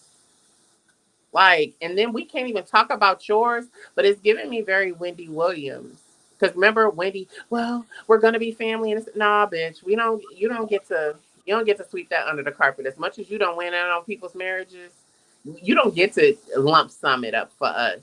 We gonna drag this shit just like you dragged everybody else's shit, taking notes from under your wig, drinking the tea, it's like Wendy was very dismissive, and I couldn't believe her because I'm like, well, girl, you live off of gossip, so why can't you talk about she? Well, here's what's going on. Me and Kevin will always be family. No, honey, you don't get to put out that press release. Not the way you dragged everybody else's marriage. Hell no. You think we gonna give you that? And I think that it's karma because she has done some dirty stuff, but she was always so like, remember all that good advice she would give us, like, and let me tell you something, honey, if he's cheating on you, you pack your little bag, and honey, you got money, you go ahead and you get in your little 2-seater and you drive off into the distance. Well, honey, how come you couldn't drive off into the distance when it was your turn? How you doing, bitch? Like, how come you couldn't, honey? I looked up and they had reports of you doing bottle after bottle, honey. Somebody said that you was touching yourself, talking about you wanted to be rubbed the right way. Like, it just was weird. It was like, let's go into your archive. Remember all them purple chair moments you gave the women? I'm not taking that. Cause see, Kevin can hit the door. She called out his name a couple of times. Like, Yeah. that wouldn't be me. That wouldn't be me. Well, honey, he told you he was having a baby, and honey, we didn't know which way you was Yeah, going. it was time to go. Wendy had to go. Okay. Honey, Wendy's on a mission. She said, I'm an icon, I'm a legend, and I am the moment. So, but you know what? Speaking of Wendy Williams, you don't think that this is a distraction from Sherry's show?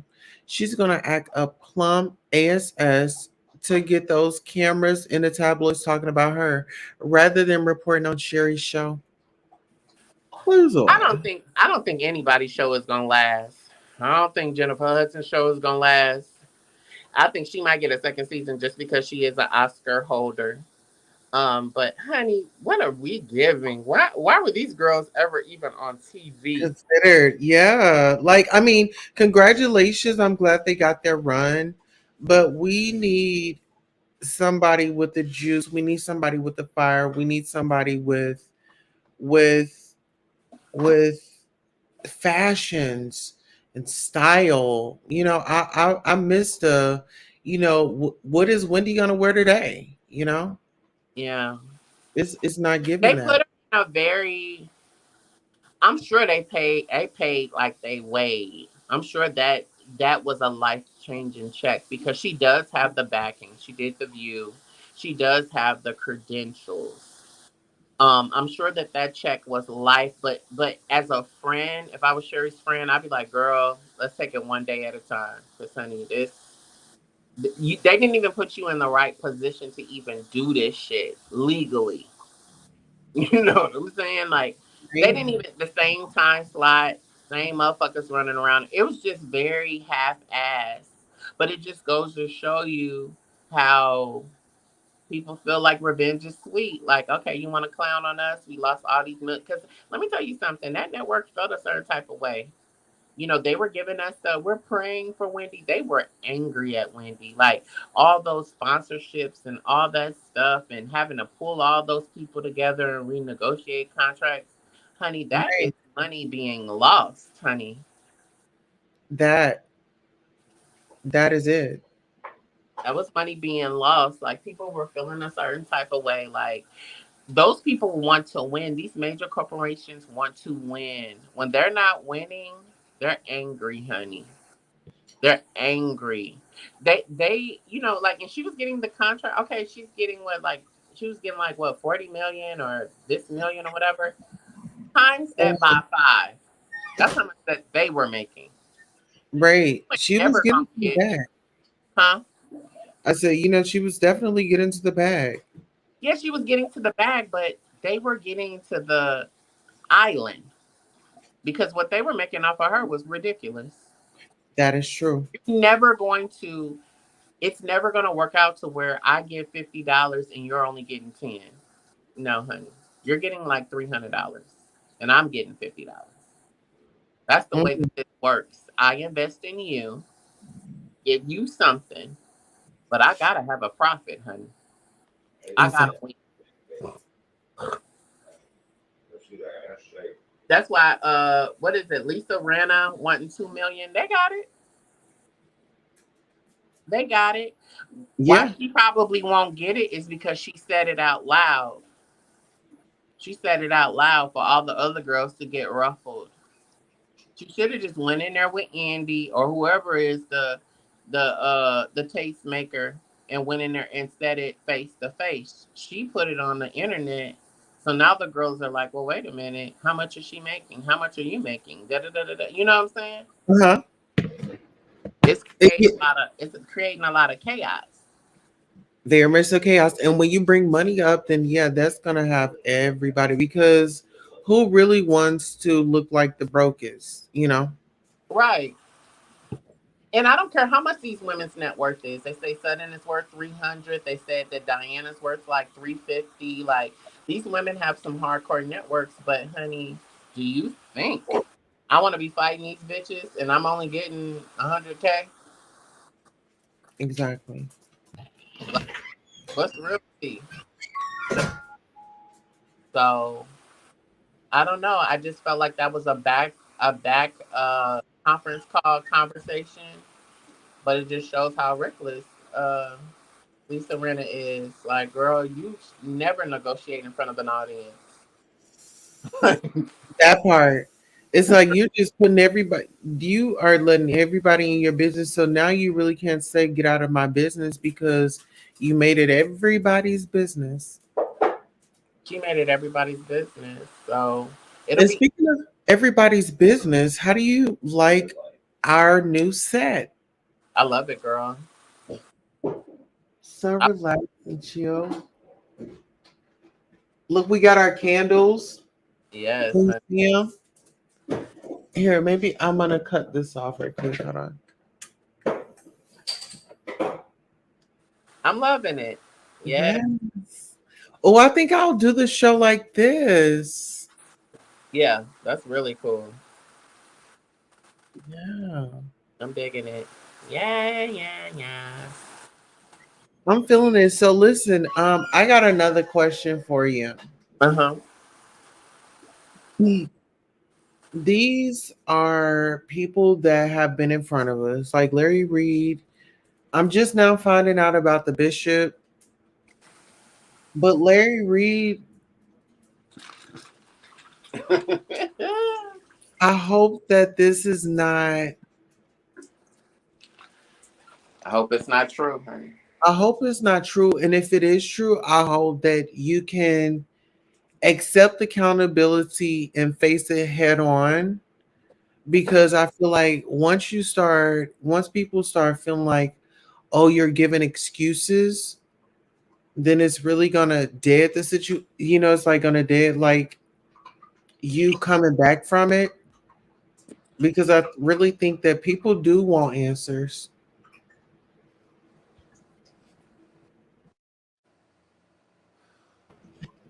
I just And um wow, like this is definitely a year of reveal. hmm Like, honey. Shit is being revealed left and right. Now it's just one of those things, like even with the whole Tiffany Haddish thing, it was like, where is this coming from? But it just goes to show you like how like everything does come to light. Like and like you said, let's just be open. Like I think like if Phaedra had just been open about Apollo and like what he really gives. right. Like honey, he's been in jail. She was like, oh no, that was a white collar crime. It was very like we were given that real show pony. But hmm this motherfucker was up in there for some hardcore shit. What you talking about, Phaedra? And Like you was cleaning cars, honey, VIN numbers and all, honey. That's why it's like, oh, I've had many jobs. Girl, I'm sure you've had many jobs. that part. You are the queen of jobs, honey. You doing jobs that ain't even legal. And then it's like when you come on a platform, honey, they're gonna dig. They're gonna dig for you. They're gonna dig for you. That's like we see that in pop culture. People digging up old tweets and this and that.